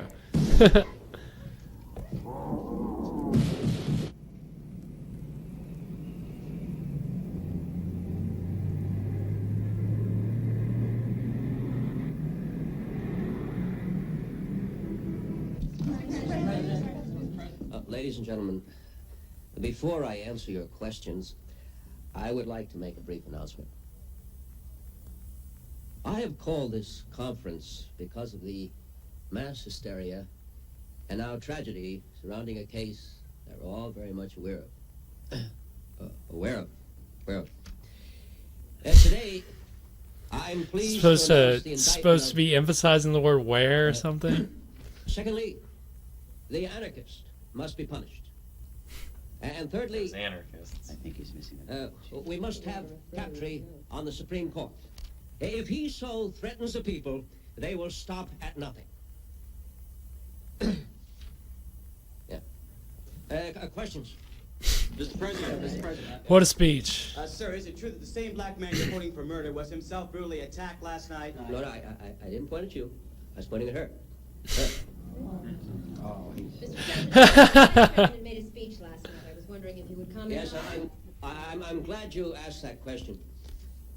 I would like to make one thing perfectly clear.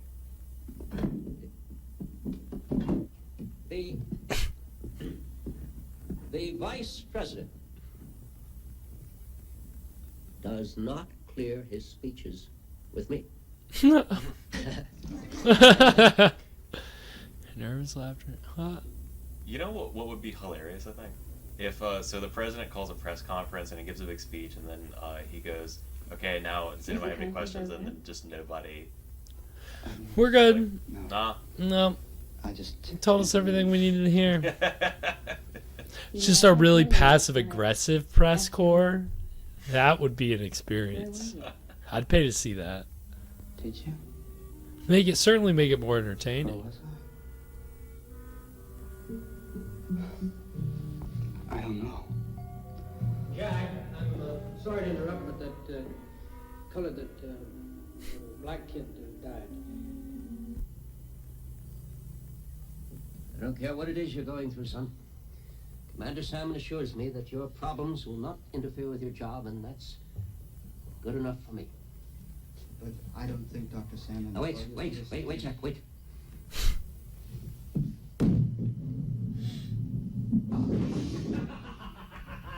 Look at that. Sir. I don't care what this gypsy lady told you.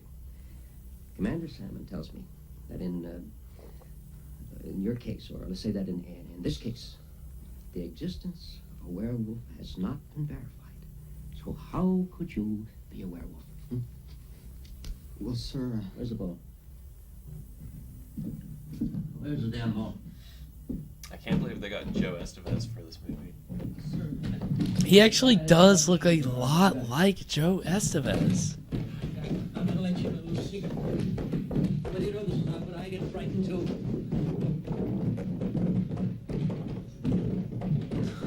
In the gutter.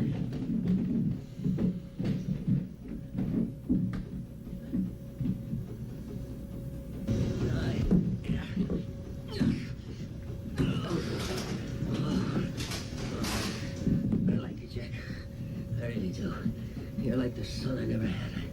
I see a lot of myself in you. They do. You're going places, Jack, and I like to be part of it. There it is. Just coming up. Just President, tonight, when the moon is full... Jack, tonight when the moon is full. Get out of yourself, boy.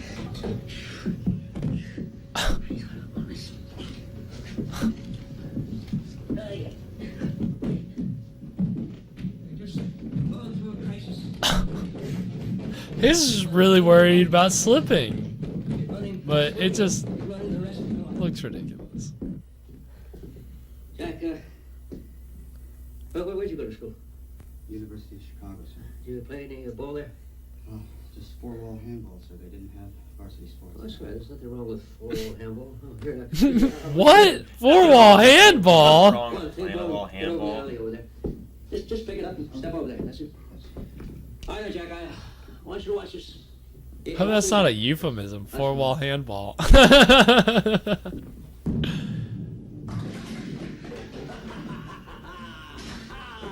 shot.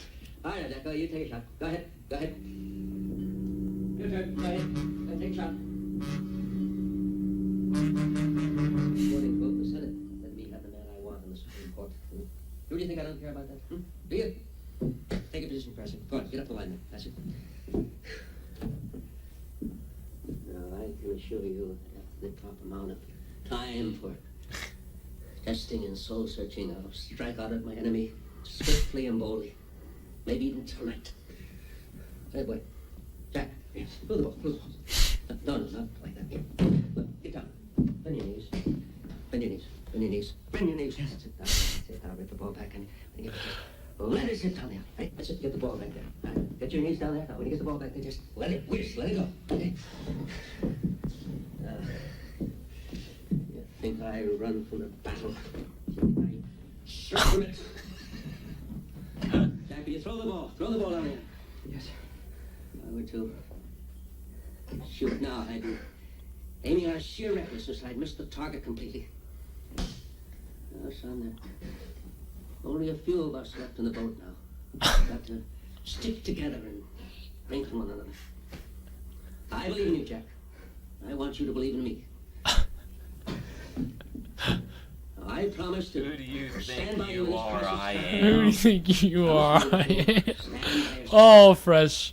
Oh, if only Fresh was here. He perfect bowling reference. Well, sure you can. I just throw it. No, I can't tell you. Jack, what kind of a man are you anyway? I've been trying to tell you, sir. The first thing happens, my fingers start to swell before the moon rises. And now my fingers are stuck in a ball. I can't get it off. Oh, Jack, but I have a meeting in the war room. Please. I can't go.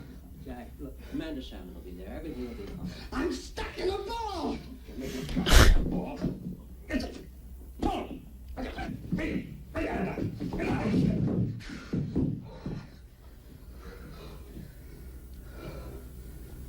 Nothing wrong with that ball.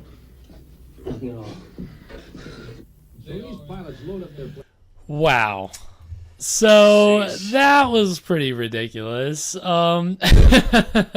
I mean, certainly, you know, it was. I think the parody is a little more apparent in scenes like that, right? Where it's more slapstick. It's more more slapstick, and you know, you got him struggling with the ball. Meanwhile, the president is just kind of waxing away, just kind of talking, and like, has absolutely no clue what's going on, totally oblivious, and not listening actually to what this guy's saying. And of course, it's not going to bode well for anybody. But I think just in that second act which we just saw of the movie overall, that you would say that the parody is a little more apparent there. Right. I think, yeah. right? You know. I think I would be very confused at this point if I still didn't get that the movie is a horror comedy. Yeah, if you thought it was just supposed to be straight up a horror movie, you would just be like, what the fuck was that scene? Well, why did that just happen? Like, you know, and it really does almost hit like Airplane levels of ridiculousness in that scene, especially because he's like, you just have to throw the ball. He's like, I can't. He's like, sure you can. Anybody can throw a ball. Right. And it's like, no, I'm just trying to tell you I can't. Like, what kind of man are you? With the pentagon bit, I mean, that's pretty Airplane. Yeah, it's pretty Airplane. They've So been playing some Airplane right, jokes. like the gags, the jokes, some of them are very like, you know, very nod and wink, very jokey, in like more of an explicit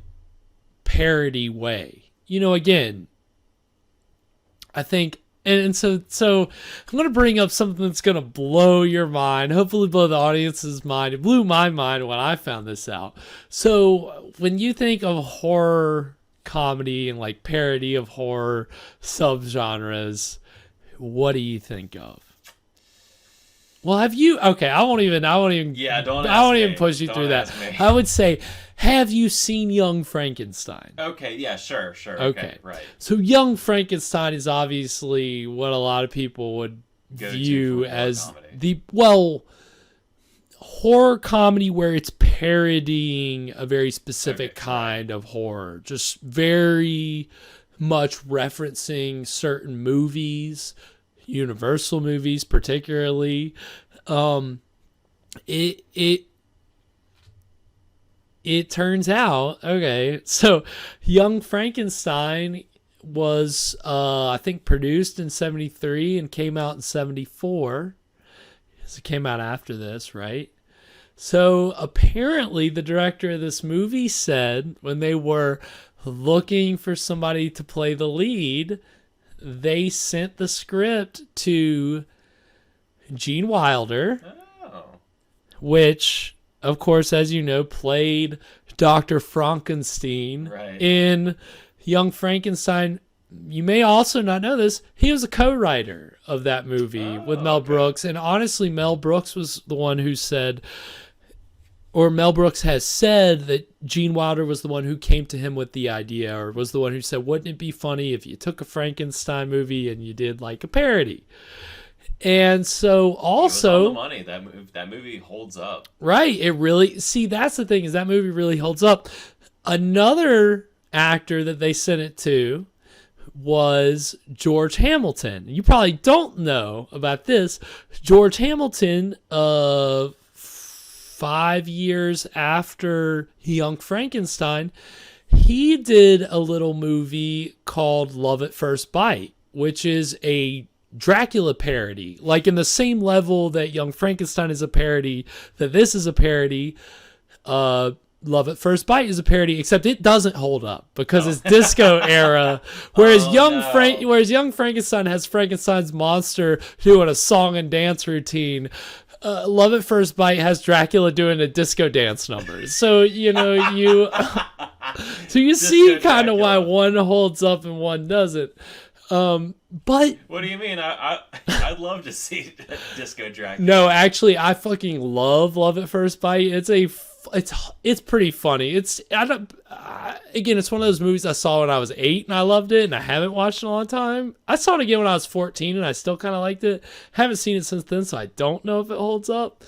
But so it's very interesting. And the director of Werewolf of Washington, Milton Moses Ginsburg, he explicitly says that he believes that Gene Wilder and George Hamilton were both inspired because George Hamilton too had like a direct role in the creation of that concept. And so the director of Werewolf of Washington says, these guys were inspired by my script. I did a werewolf parody, Gene Wilder does a Frankenstein parody, and George Hamilton does a Dracula parody.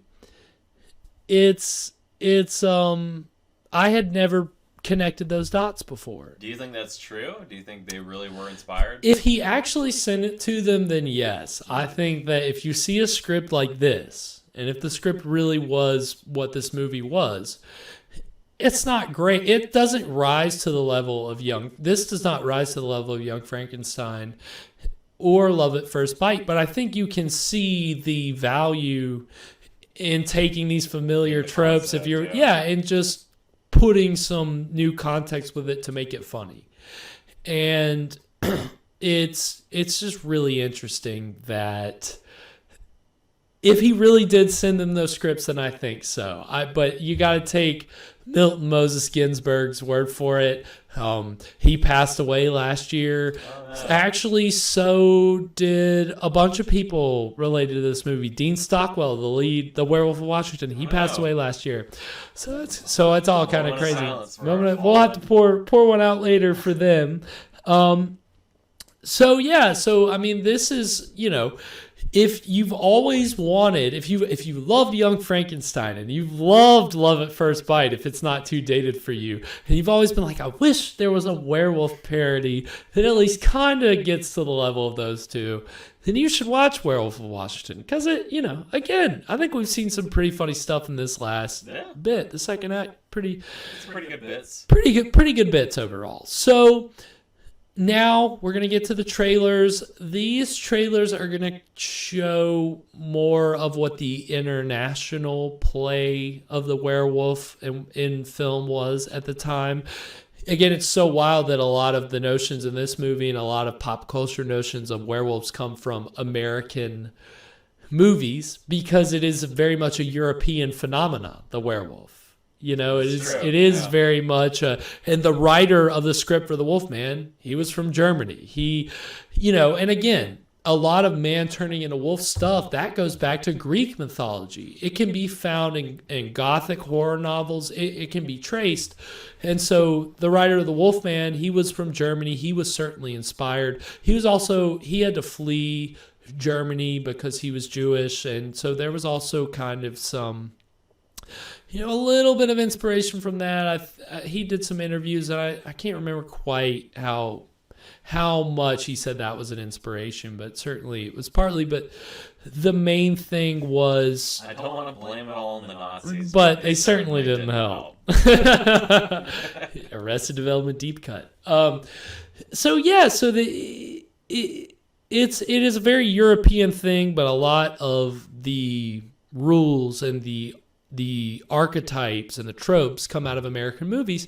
So these trailers, the first one is from a 1964 film from England called Curse of the Werewolf. And it's weird because it's in English. It's produced by English people. It takes place in Spain. It's based on a novel that is set in Paris. But because the studio's sets for their Spanish Inquisition epic fell through, they just decided to change the location from Paris to Spain. Use what you got. And so you use what you got. So then that's from 1964. The second trailer is a Spanish werewolf movie that we're going to see. An American release trailer for an American dubbed print, which is in the public domain, called The Werewolf versus the Vampire Woman. And it is ridiculous. So we're getting a little international with the trailers, so you can kind of see, again, before this movie came out, what was going on with the werewolf genre. How did it get to the point where it's like, all right, let's just parody this shit. So we're going to show you these trailers, and when we come back, the exciting conclusion of Werewolf of Washington.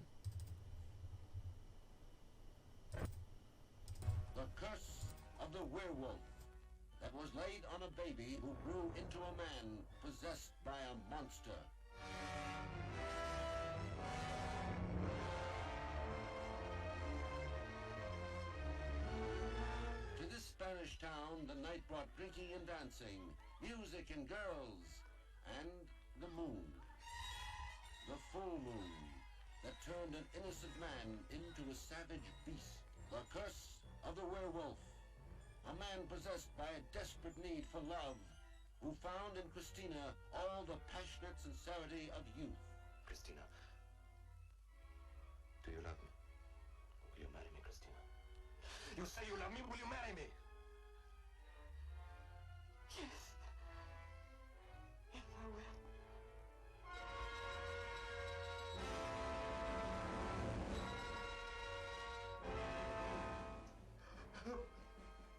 Help me.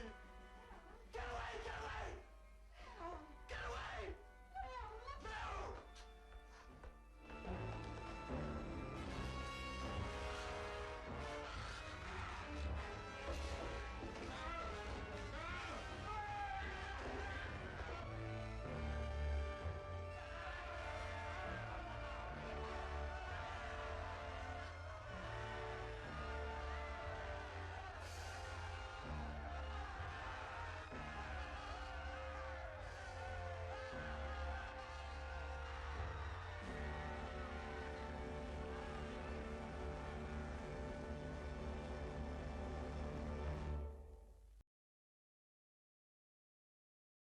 So we are back. We back.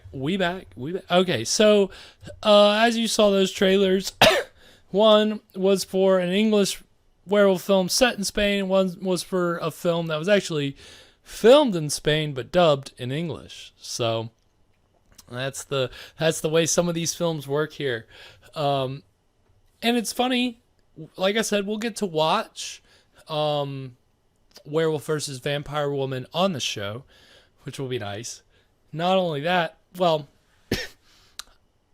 I don't know about the other ones, but so basically that movie is part of a whole series of movies starring that guy who plays the werewolf.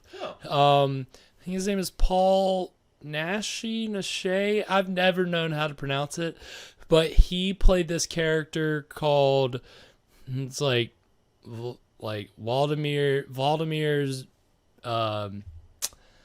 I don't remember what it is. Anyway, Vladimir. I was about to say Zelensky, and I know that's not right. And that's how you know I'm starting to get not lit, but starting to feel good. Bootleg werewolf. That bootleg werewolf. I mean, did you have a second one? No. Oh, I thought I saw you drink for a second. I was like, did he make himself another one? I don't know how he's doing that. I couldn't do that. There's absolutely no way you're gonna catch me doing another one of those. Yeah, so again, that was like internationally. I mean, Werewolf versus Vampire Woman was like 4 or 5 or 6 or 7 or 8 in that series of. There ended up being like maybe a dozen that guy did where he played a werewolf, and those movies came out of Spain and they started in the 60s. And that movie was from 71, I believe. Are they all werewolf versus? Not all of them. I think the early ones is really just kind of him as a werewolf. And then I think they start branching out, start doing other, it's kind of starts... He starts being other things? Yeah, well, yeah, it kind of starts combining, like, monsters and mythologies and doing... And I've never watched those movies, but I know there's definitely a cult fan base out there for them. And, again, I know we'll be able to watch that one. I don't know what the public domain status is on other movies in that series. But, again, outside of that steady output of werewolf films from Spain and, again, Curse of the Werewolf, that was the English film, that was 1964. So, I mean, you really didn't have, you didn't have anything that was redefining tropes or redefining the genre, trying to turn things on its head. And so, again, that's what makes Werewolf of Washington pretty interesting, because of the parody and the ridiculousness. So, we're about to get into it, the exciting conclusion of Werewolf of Washington. And I don't know, Evan, I can tell you that werewolf movies have a tendency to end tragically. Oh, no. So, I don't know what you would, if you could level any predictions about the ending, what your feelings are so far into the proceedings. Where do you see this? Where do you see this resolution heading? Well, now that I'm thinking about it, maybe the president does become Wolfman. Ooh, okay. Well, that's interesting. And then President Wolfman's the sequel. Okay, and so that's another interesting thing, which I'm just going to go ahead and start the movie, and then we'll just keep talking about President Wolfman. We'll talk about President Wolfman, because that's a whole other very cool thing about, again, the life of this movie after it came out. So we're going to go over all that as we take in the exciting conclusion of Werewolf of Washington. Fly them anywhere they want. Drop them anywhere they want. Without any authorization. They're so damn incorrigible. And then it drops in our lap. And we don't even hear about it till we read it in the paper. Well, I'm fed up with being a nice guy. So like I've said, this was being made during the Watergate stuff, but it was released when after the Watergate stuff broke. And so it ended up being kind of controversial, and it didn't get a proper release, which is how it ended up in the public domain. Pretty sure it's copyright. So it didn't show in any theaters? It showed in a couple, Okay. but it didn't get a wide release, and I don't think the copyright was renewed. I think one of the producers was the one who kind of held the copyright. It wasn't the director. And so it never got a proper release until VHS after it's in public domain. And a lot of people know it from Elvira's Movie Macabre, which is, I'm not going to call it a sister show to us, but kind of sure. Yeah. Gentlemen. Kind of related. Gentlemen.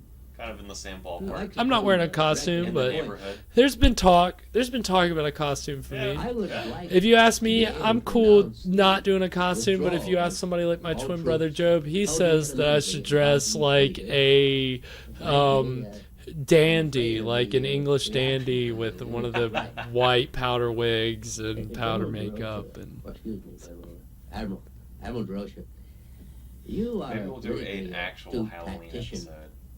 Well aware of the tension. We have to. We absolutely have to. What can I do to keep down casualties here and abroad while I speed up troop withdrawals? Sir, if we can make just one last quick thrust into his sanctuaries, covered by a reactive, protracted reconnaissance, an active, radiative reconnaissance. What did I miss? Try to stay awake over there, Harry. Yes, sir. A protective, reactive reconnaissance, an active... Okay, let's do it.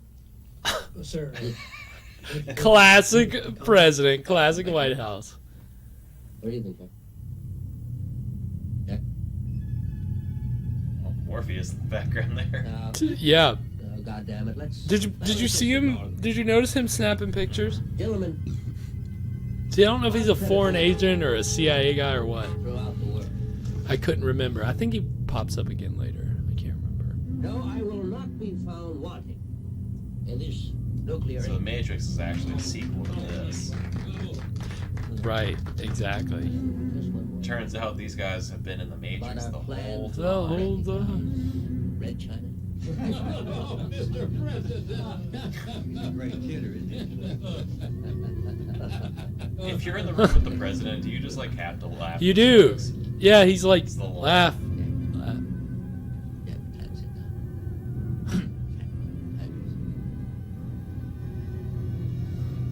Oh. Jack, what the hell time is it? Don't mind me. Soft shoeing out of the room.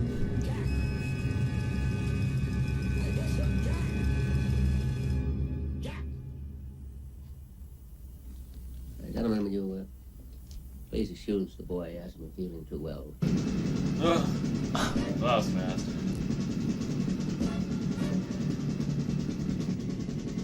Go back to the very fast editing. Yeah, I mean, that's the thing. They're not wasting much time in show. Like, again, classic Hollywood editing is all about how do we get from A to B to C to D. Here it's just like, here we are. Cut to the next scene. So again, like I said, the director did a director's cut where he cut 20 minutes out of this movie because apparently he was contractually obligated to deliver a 90-minute movie. Oh. He always would have done a 70-minute movie. This bit is not in it. In his edit, which is on Vimeo to watch. He did it a couple years ago. And again, like I said, he passed away recently. Or last year, 2021. That's it, it's recently. R.I.P. R.I.P.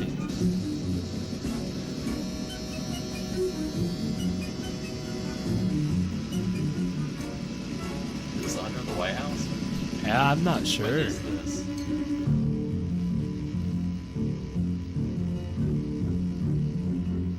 This is the secret lab under the White House. I mean, this is about as parody as you can get, like, horror movie wise. It basically looks like Frankenstein's monster back then. Yeah.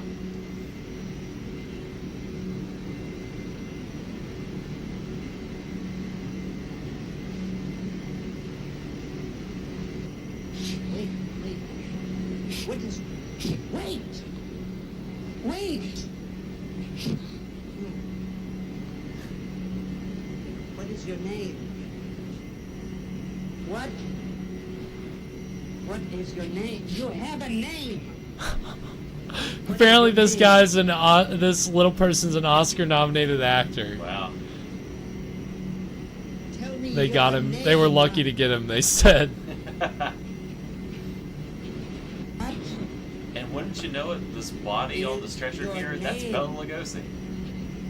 Right, yeah, wouldn't that be something? Wow. Michael Dunn, that's the actor's name. Are you real? This man has a heart of gold. He's tamed this werewolf. This movie, yeah, it's just a movie took a complete 180. Like, oh, there he goes. Is this just a diversion? Oh my god. I guess it was. And so I didn't hear them say it. Yeah, I didn't hear them say it, but apparently, so that character's name, the little person's character's name is Dr. Kiss.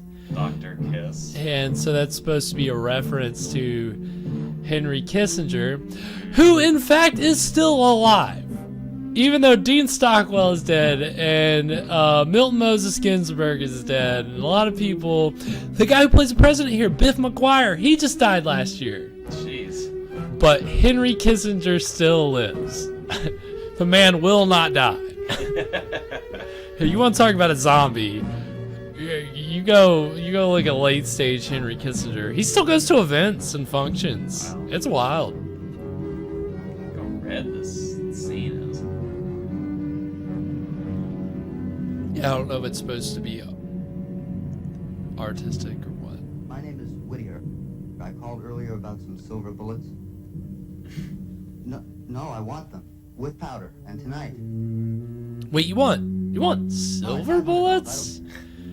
No, they don't have to be. You know, this guy will mind if I just send him platinum? What can you make one? I really wonder, can you buy silver bullets? Oh, yeah, I got a guy. Evan, you want silver bullets? I can get you silver bullets. Come on. Surely, right? You can buy. I got a guy for that. You can buy anything on the internet. Right. Dark web. Oh, okay, he's back. He had what is it? What is it? Footage. What do you call a security camera footage? What do they call it? Don't you realize how important it is to our Closed circuit.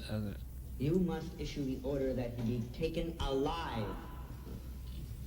It's damn interesting, Dr. Kiss, about the program. Oh, okay, there we go. Just what the hell I've jumped the gun. programs? I haven't any more time for this.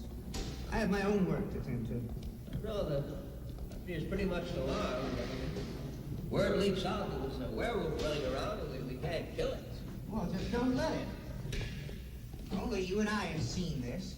Just keep all the people off the streets tonight, and we'll handle it. I don't know about that. I mean, I'm up to my neck in this Asian policy stuff, and then 2 students out in Ohio. I respectfully submit, sir. Oh shit. That is your problem. That's a. You can absolutely buy silver bullets on the internet. Oh my god. Okay. Well, Evans confirmed it. You can, in fact, buy silver bullets, so if you expect. In multiple calibers, surprisingly. Oh, okay. Any pistol caliber, it looks like you can find silver Imagine bullets. you can find them on Etsy. You get them custom you can made. get anything on Etsy. Yeah, get somebody to They are very expensive. engrave the name of your werewolf loved one or whoever you're planning on releasing from this terrible, horrible curse they found themselves subjected to.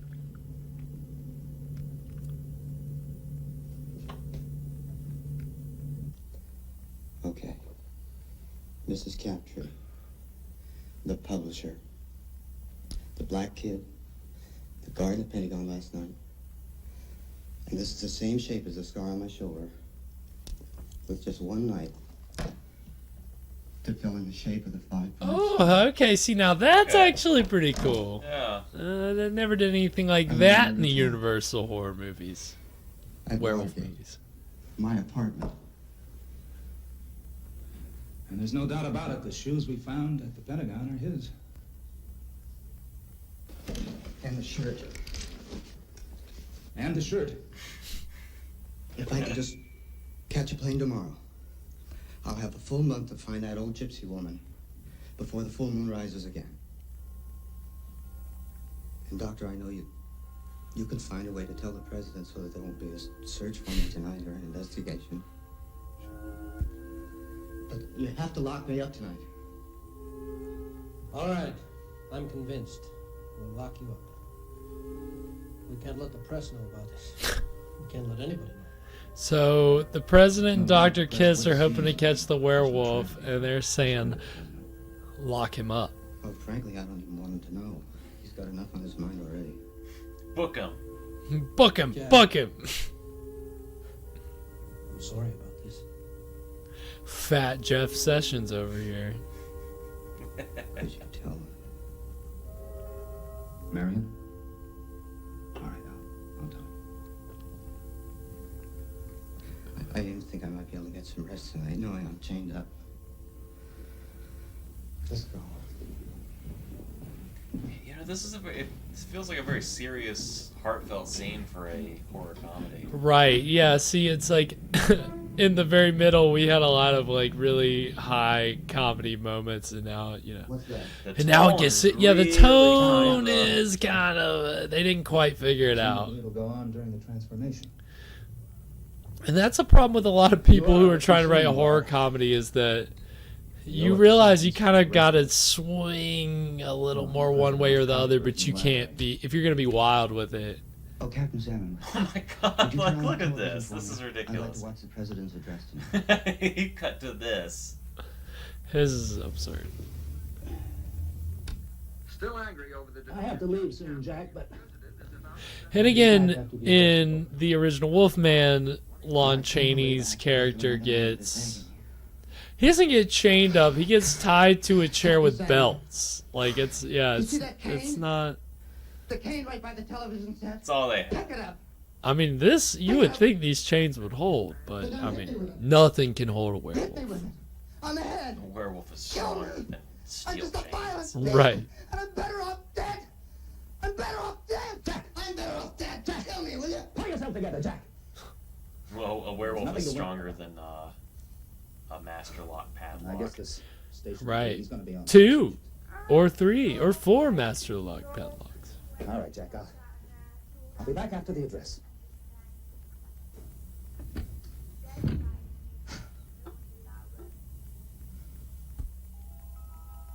Oh.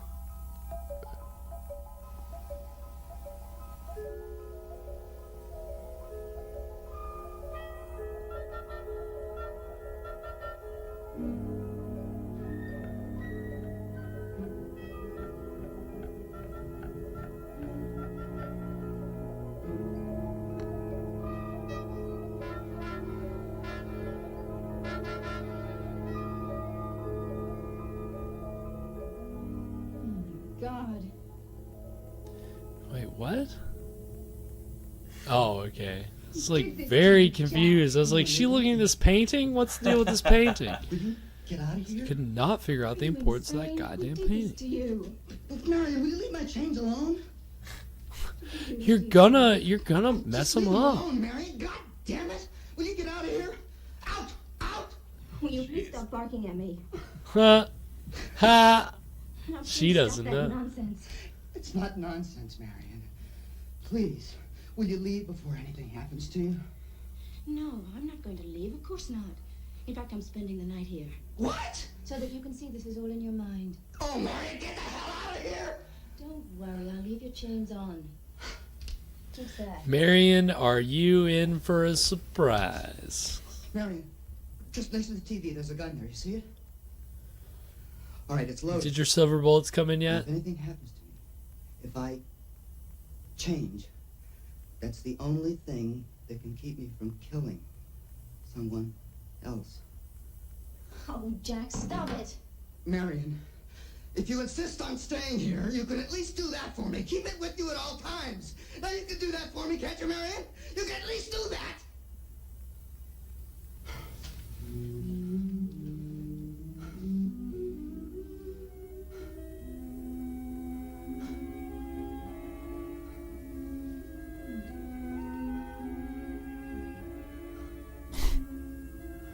Turn into a werewolf now. Just jump cut. Boom. He's a werewolf. Nah. It's like the most inconvenient time to be doing this. Oh, don't answer.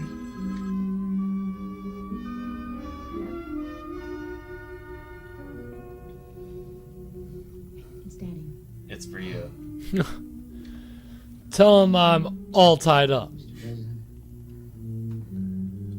Jack, I know I gave you a few days off, but it's just that the press secretary is ill, and I need you there. I guess it's my most important address ever. I'm announcing a terms limitation agreement with the Chinese foreign minister, and I just don't want the public to think that it's a cover for the curfew I'm imposing upon Washington tonight. Decker, we need you to come back and Decker, take yeah, care that's of the- exact. It's so funny that you compared him to Joe Estevez. Joe Estevez earlier, Yeah, because no, now sorry, I'm I'm gonna have very to- much seeing the Decker I've already parallels. sent a chopper over there to pick you up. Chopper. Helicopter. You know. Very Hell, Joe Joe. Estevez. Mr. President, isn't that your helicopter over there? They're all my helicopters, Jack.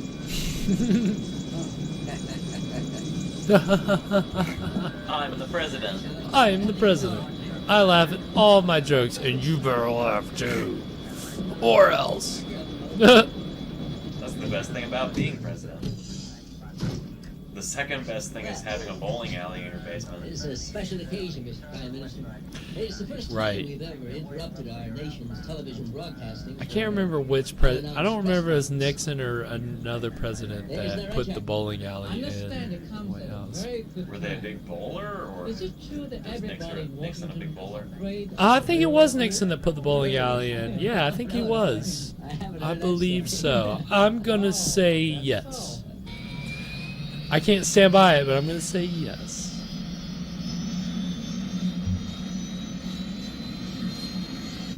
I read a report of it in one of the Hanoi papers. No, werewolf on an airplane. That's a Yeah, the last again that idea, and I'm not even gonna say it because you know, not letting anybody take my idea, but just the idea of a werewolf on an enclosed space is a very interesting thing to explore. I know what you're talking about. You know what I'm talking about. Yeah. I haven't read any of those Hanoi papers. Werewolves. Here we go. Here we go. So, we will introduce you to the nation, and then I will come on next with an... Hey, 这是什么？开玩笑这个啊？赶他出去啊！ Mr. Prime Minister, no, we are going to introduce you first to the nation. Let's see how... 我一点不懂你讲什么话，这事情。 Let's see, how do you say that in the Chinese? Oh, Of course, in reality, they would be surrounded by translators and aides. You'll be the grabbers. You'll get the people, and then in a low-budget movie, however, this is how government works. Yeah, I'm sure the Secret Service would probably notice if the guy was transferring into the world. Mr. Prime Minister. Well, you would hope. You would hope. You would hope. Not doing their job otherwise. This is crazy. I'm not talking about this. I'm talking about this. Hey, this is not the thing I want. I don't want him here. Well, just leave Jack out of this now. You just talk to me for a moment. What I'm talking about, Mr. Prime Minister... Let's talk about this first. I don't want to see him here. Mr. Prime Minister, would you please pay attention here just a moment? Now, Jack, this guy Jack, will you pay attention too? God damn it! It's like, come on. Come on, guy. You have my undivided attention. No, look over here. Come on, what more do I have to do? Please just help me out here a little bit, will you? My fears should be clear across any language. I shouldn't have to vote, you know, speak your language for you to know that I am terrified right now. I'll get it then. Jack, would you just pay a little attention over here, Jack? No, Jack! This is Hi, Jack! Hi, Jack! Hi, Jack. Burn Bush? Hi, Jack. Washen Shirshani. You'll go before the nation. No more Jack. Hi, Jack. I go. 你不要胡说八道，你不要乱来开玩笑啊！我不要他在这儿，我要去。I go. No, don't get off here. No, don't get off here. We have to land, sir. Land. Jack, how do you say land? Jack, will you please try to pay some attention over here? Uh-oh. Here we go. You screwed up, President. Okay, President Wolfman. So, beauty of public domain, again, is you can repurpose anything. So, a couple years ago, some filmmakers repurposed this movie and created a brand new film called President Wolfman, made up of public domain movie material. And... So what is that movie about? I actually have no clue. It's all redubbed dialogue. My God. Like it's... I thought they were... They land? Barely. Barely.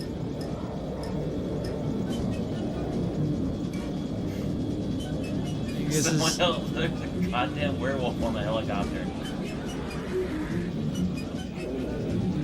Oh my God. Jump cut. Jump cut. I mean, okay, so it looks like there's a really chopper there. Dean Stockwell's really in werewolf makeup fighting Biff McGuire, and there's like about 30 to 40 extras. Just standing around. So that is a wild fucking scene. There's guys with guns. They're not doing a whole lot. No, not much. Well, if they ain't silver bullets, I doubt they work. Well, they don't know that. They don't. Keep back, make me the president, but he's still a human being. What's Jack with you? My God. Marion. Okay. They just left him on the podium. They just put, or wait, did he walk there? Or did they put him there? I just want to make one thing perfectly clear. What's that? Just Sonny. Sonny. What's that? Just Sonny. So apparently that, I think that was a thing that Nixon said, a quote. Let me make one thing perfectly clear.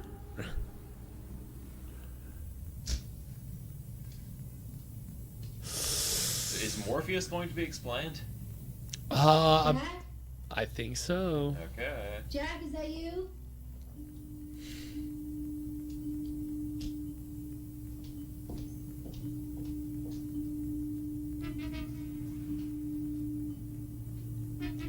Come on, I mean, it's part of the whole joke is that he's literally been trying to tell people the whole time what's happening, and you know, no one believes him. Classic Washington.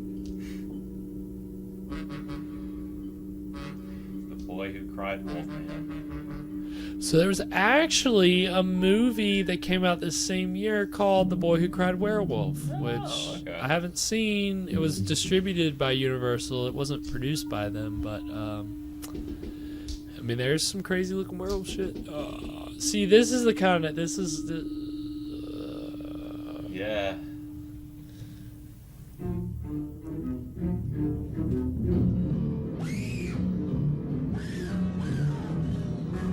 Gonna get you.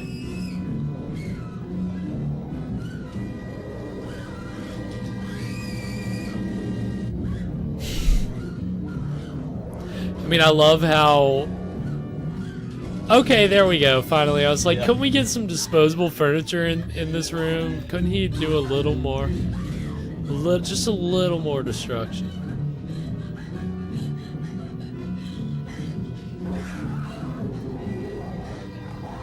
Got the gun. Bang. Oh, squib action. Squib action up in here.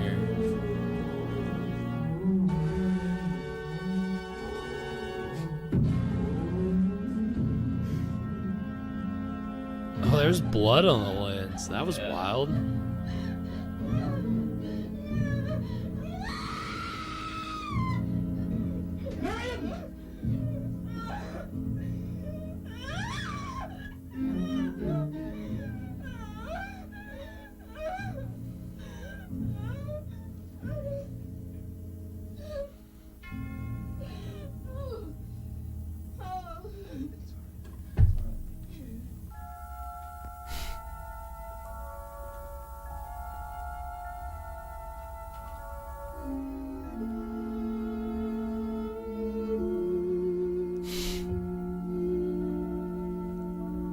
These angles.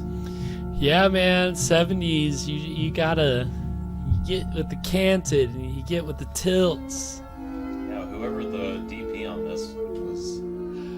Well, and again, imagine this in full widescreen 4K, which Kino Lorber is releasing a 4K restoration. There's stills on their website. It looks amazing. So, and that'll be available this summer. I'm not plugging them, but Unless they want to pay. unless they want to pay us, but it looks pretty cool. I really would have liked to show a restored version.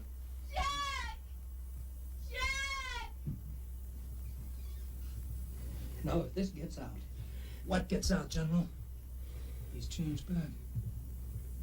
Who's to say any of us saw what we saw? Leave it to a psychologist to make that assumption. No. My mind, it's playing tricks on me. Listen, we'll give him a hero's burial. He's just pointing his gun at him now. I didn't even realize that. A sniper's bullet, and the president's daughter. We trace this gun, find out who the owner is. No, bury it with last year's nerve gas. What? Why are you telling this psychologist, psychiatrist, like you fucking... Why is he in charge of burying the nerve gas? It's gonna be all never mind.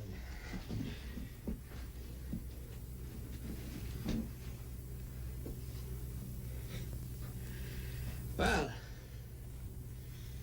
you guys won't have Jack Whittier to kick around anymore. I think that's also like a Nixon-y era quote. You won't have so-and-so to kick around anymore. See? Yeah. All these wolves out here in D.C. Well, now, again, Fellow Americans, President Wolfman this for is sure. your President speaking to you from the White House. First, I want to thank you for your letters and telegrams offering me your best wishes during my recent illness.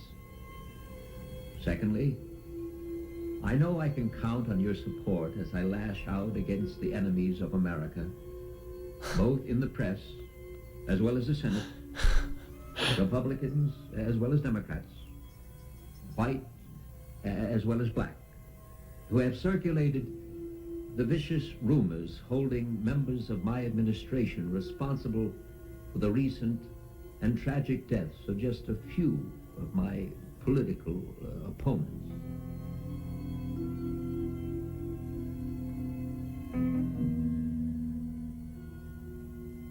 At night, I roam the silent, empty corridors of this great house, wrestling with my conscience, and I've come to this conclusion.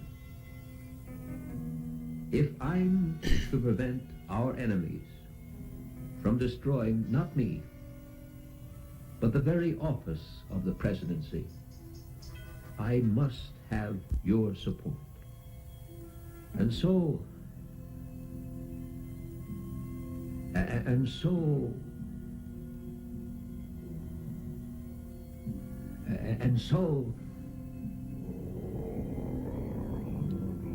Uh-oh.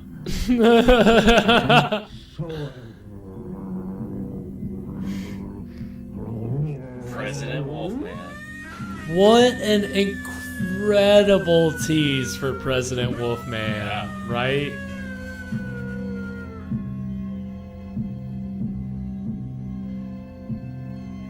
Wow. So that was Werewolf of Washington. Wow. Pretty ridiculous, right? Pretty Life imitates art. What can you say? What can you say? At the end of the day, at the time, it was making fun of Nixon. Nowadays, you can look at the political satire. You can still laugh. That just lasts, you can't even call it like it's not a post-credit sequence. It's such a cool thing when you can find a way to put something into your credits where you don't really have to do too much work. Right. But you can continue to tell the story even after it's formally over. Simple, it's effective. And the whole idea of, like you said, it puts that idea in your mind, President Wolfman. So I can only imagine the people who made the film President Wolfman, which I think is also streaming on Tubi. Wait, it's on what? Tubi, streaming on Tubi. Oh, is it on Tubi or not Tubi? I'm gonna. Yeah, why I oughta. No. Wow. Yeah. So again, Werewolf of Washington. Werewolf movies weren't really, again, this didn't really have a proper release. Werewolf movies weren't really in vogue until 8 years later in 1981, when you had the double punch of An American Werewolf in London and The Howling, which are two seminal werewolf movies, and that's where you started getting wild transformation scenes that weren't just the lapse of the hair growing on the face and the fangs being popped in the mouth. I imagine as the effects evolve, you always get that. The transformation scene it's always the center point, right? It's always a focal point of your werewolf movie. That's what it's all about. Exactly. 100%. And so that was really where the game started to change. Most werewolf, I don't know of another one up to, before this one that wasn't doing the lapse dissolve. And so I think that, I think that was part of the reason why people kind of saw it as cheesy and corny as far as a monster goes. But I think there was some effective stuff in this movie. I think imagery-wise, and the angles, it was very striking. This was another movie where they just come in with the gun at the end and right. Bang! Bang! And the movie's over. Where would you say that you feel it stacks up in comparison to the movies that we've watched so far? Particularly, like you're saying, with those Poverty Row movies where the endings are very, quick. I think there's a little more to the ending here. Yeah, I would say there's more, especially with the credits scene. But it still feels like with these older movies, it's much more about the journey than it is the payoff. That's very true. Well, but again, I would say that there was a little more work done here. I think, again, the setup isn't really done properly because you're not quite sure, okay, like, you know, his relationship with the president's daughter is kind of like not really focused on in the best way, but, you know, that's supposed to be emotionally affecting in the end, the fact that, you know, this woman that loves him is the one that kills him, and then seems like traumatized afterwards. They move her out of the room. She's just screaming his name. You know, it's kind of a. To be honest, I kind of forgot about her. Right. That's what I'm saying is that they didn't do enough in the beginning to make her and that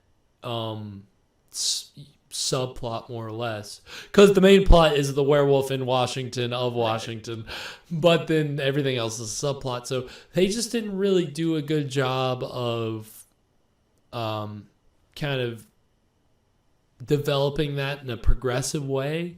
And so at the end, it's just kind of like, all right, you know, I don't know if that really. But I mean, I think it's more than the Poverty Row movies where they just get everybody in one room at the end so the bad guy can be killed, and then everybody's and you know, the happy couple walks off in the sunset. We didn't get that here. No, kind of. You know, there's sad ending. Kind of sad, kind of dark. We really don't get that with the older movies. It's kind of something that's exclusive more to, and you, again, back in the old days, you had the production code. The production code said the bad guys have to pay, the good guys have to win, and all has to be right with the world. Yeah. For how long was that? The production code was in place until early 60s, like 1, 2, 3, 4. I can't remember which one of those years exactly. Jeez, that's incredible. So but after I mean, that, eventually you finally have a movie where the bad guy wins or doesn't. Yeah, or it's just kind of more of an open ending. Like it wasn't really so much that the good guy has to win, but the rule really was that the bad guy has to pay. Like morally has to be responsible for if he kills, he has to be responsible for that. So he has to die, or he has to be punished, right? And so like that's why Psycho, you know, you have a whole kind of post-climax sequence of a psychologist explaining to you Norman Bates's, like, why he did what he did, and the fact that, you know, he's insane and he'll be spending a long time in the asylum, you know, and they have to really stress that, you know, crime doesn't pay. And so you couldn't really get creative, or it was hard to get creative with your horror ending. So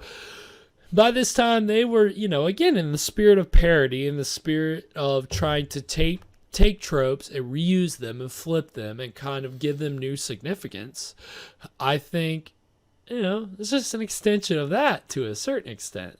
But yeah, that was Werewolf of Washington. And again, you got a pretty good overview of werewolf movies in America at the time and also abroad. And so now we got to go back and see where all the things it was homaging. Right. And unfortunately, while we can't watch Wolfman, we can watch Poverty Row movies like The Mad Monster, which are, you know, very, very low budget werewolf movies. Yeah, I mean, it's, you know, luckily that's more of a Wolfman than an Ape Man, but yeah, there's a lot of Ape Man movie. Like we talked about last week, that's a whole thing. And again, in this particular case, we're talking about what's so interesting is that these are American, you know, werewolf movies are very much an American thing, but the mythology and the folklore comes out of ancient Greece and it comes out of Europe, and yet it's very much and so it's crazy to think of the way that, especially in America, that it's like, okay, and it's always been a thing of American movies kind of viewing outside countries and beliefs and cultures as a threat and encroaching on their perfect way of life. That's like what a lot of horror movies, it's like, you know, and especially in the 70s and movies like Texas Chainsaw, the idea is that it's encroaching on the family, you know, but in the 30s and the 40s, it was more like our American, and especially in the 50s with the Cold War, our American values are being, you know, preyed upon. It's usually from foreign influences. And so you kind of see that in werewolf movies, American werewolf movies. All these communist werewolves. Of course, it's usually an American outsider coming to a foreign land, which gives it a kind of a different context. And so as an extension of that, next week's film, and our last film of the season. Yes, it's the segue. It's the season finale. It's the season finale. And it's literally, and it'll only be 1 week. We're going to take a week off, and then we'll come back for season 2. Take our much needed vacation. Take a much needed 1 week vacation, and then we'll be back to bring you guys horror galore. We've only just begun to dig into public domain horror. Like, there's so many quality movies, and I'm pretty sure that before we get into next season, I'm going to have to revise the lineup to work in worse movies sooner so that I don't use up all the good movies too fast, because as I've found out more movies are public domain, I'm like, okay, well, we're gonna have to show that at some point, and I don't want to show all the good movies first. So you know, we'll see what happens next season, but this season we are capping off with a seminal early sound horror film, pre-code. You remember when we were just talking about the, you know, the production code, pre-code horror film, White Zombie with Bela Lugosi. Of course. Who else? Who else could we finish the season off with? This man is in every movie. Another helping of Bela Lugosi. He has so many movies in the public domain, and I'm excited to see him. It's going to be great. This movie it's you know, White Zombie. It's taking the voodoo angle. Like, you know, when we saw Voodoo Man, we talked about how very much the American idea of voodoo was, or zombies was tied in with voodoo. And so we're traveling to Haiti. The movie takes place in Haiti again, like this movie, the beginning of this movie, the idea of outsiders in a foreign land. So it's going to be a lot of fun. It's going to be a celebration of Lugosi and a celebration of just iconic indie horror film, because it was indie in the time where that was not a common thing, and it's one of those movies that still has a great reputation today in pop culture, and I'm really, really excited to bring you guys that movie as our season finale. Well, I can't wait. So, Evan, anything before we close out? Anything before we sign off?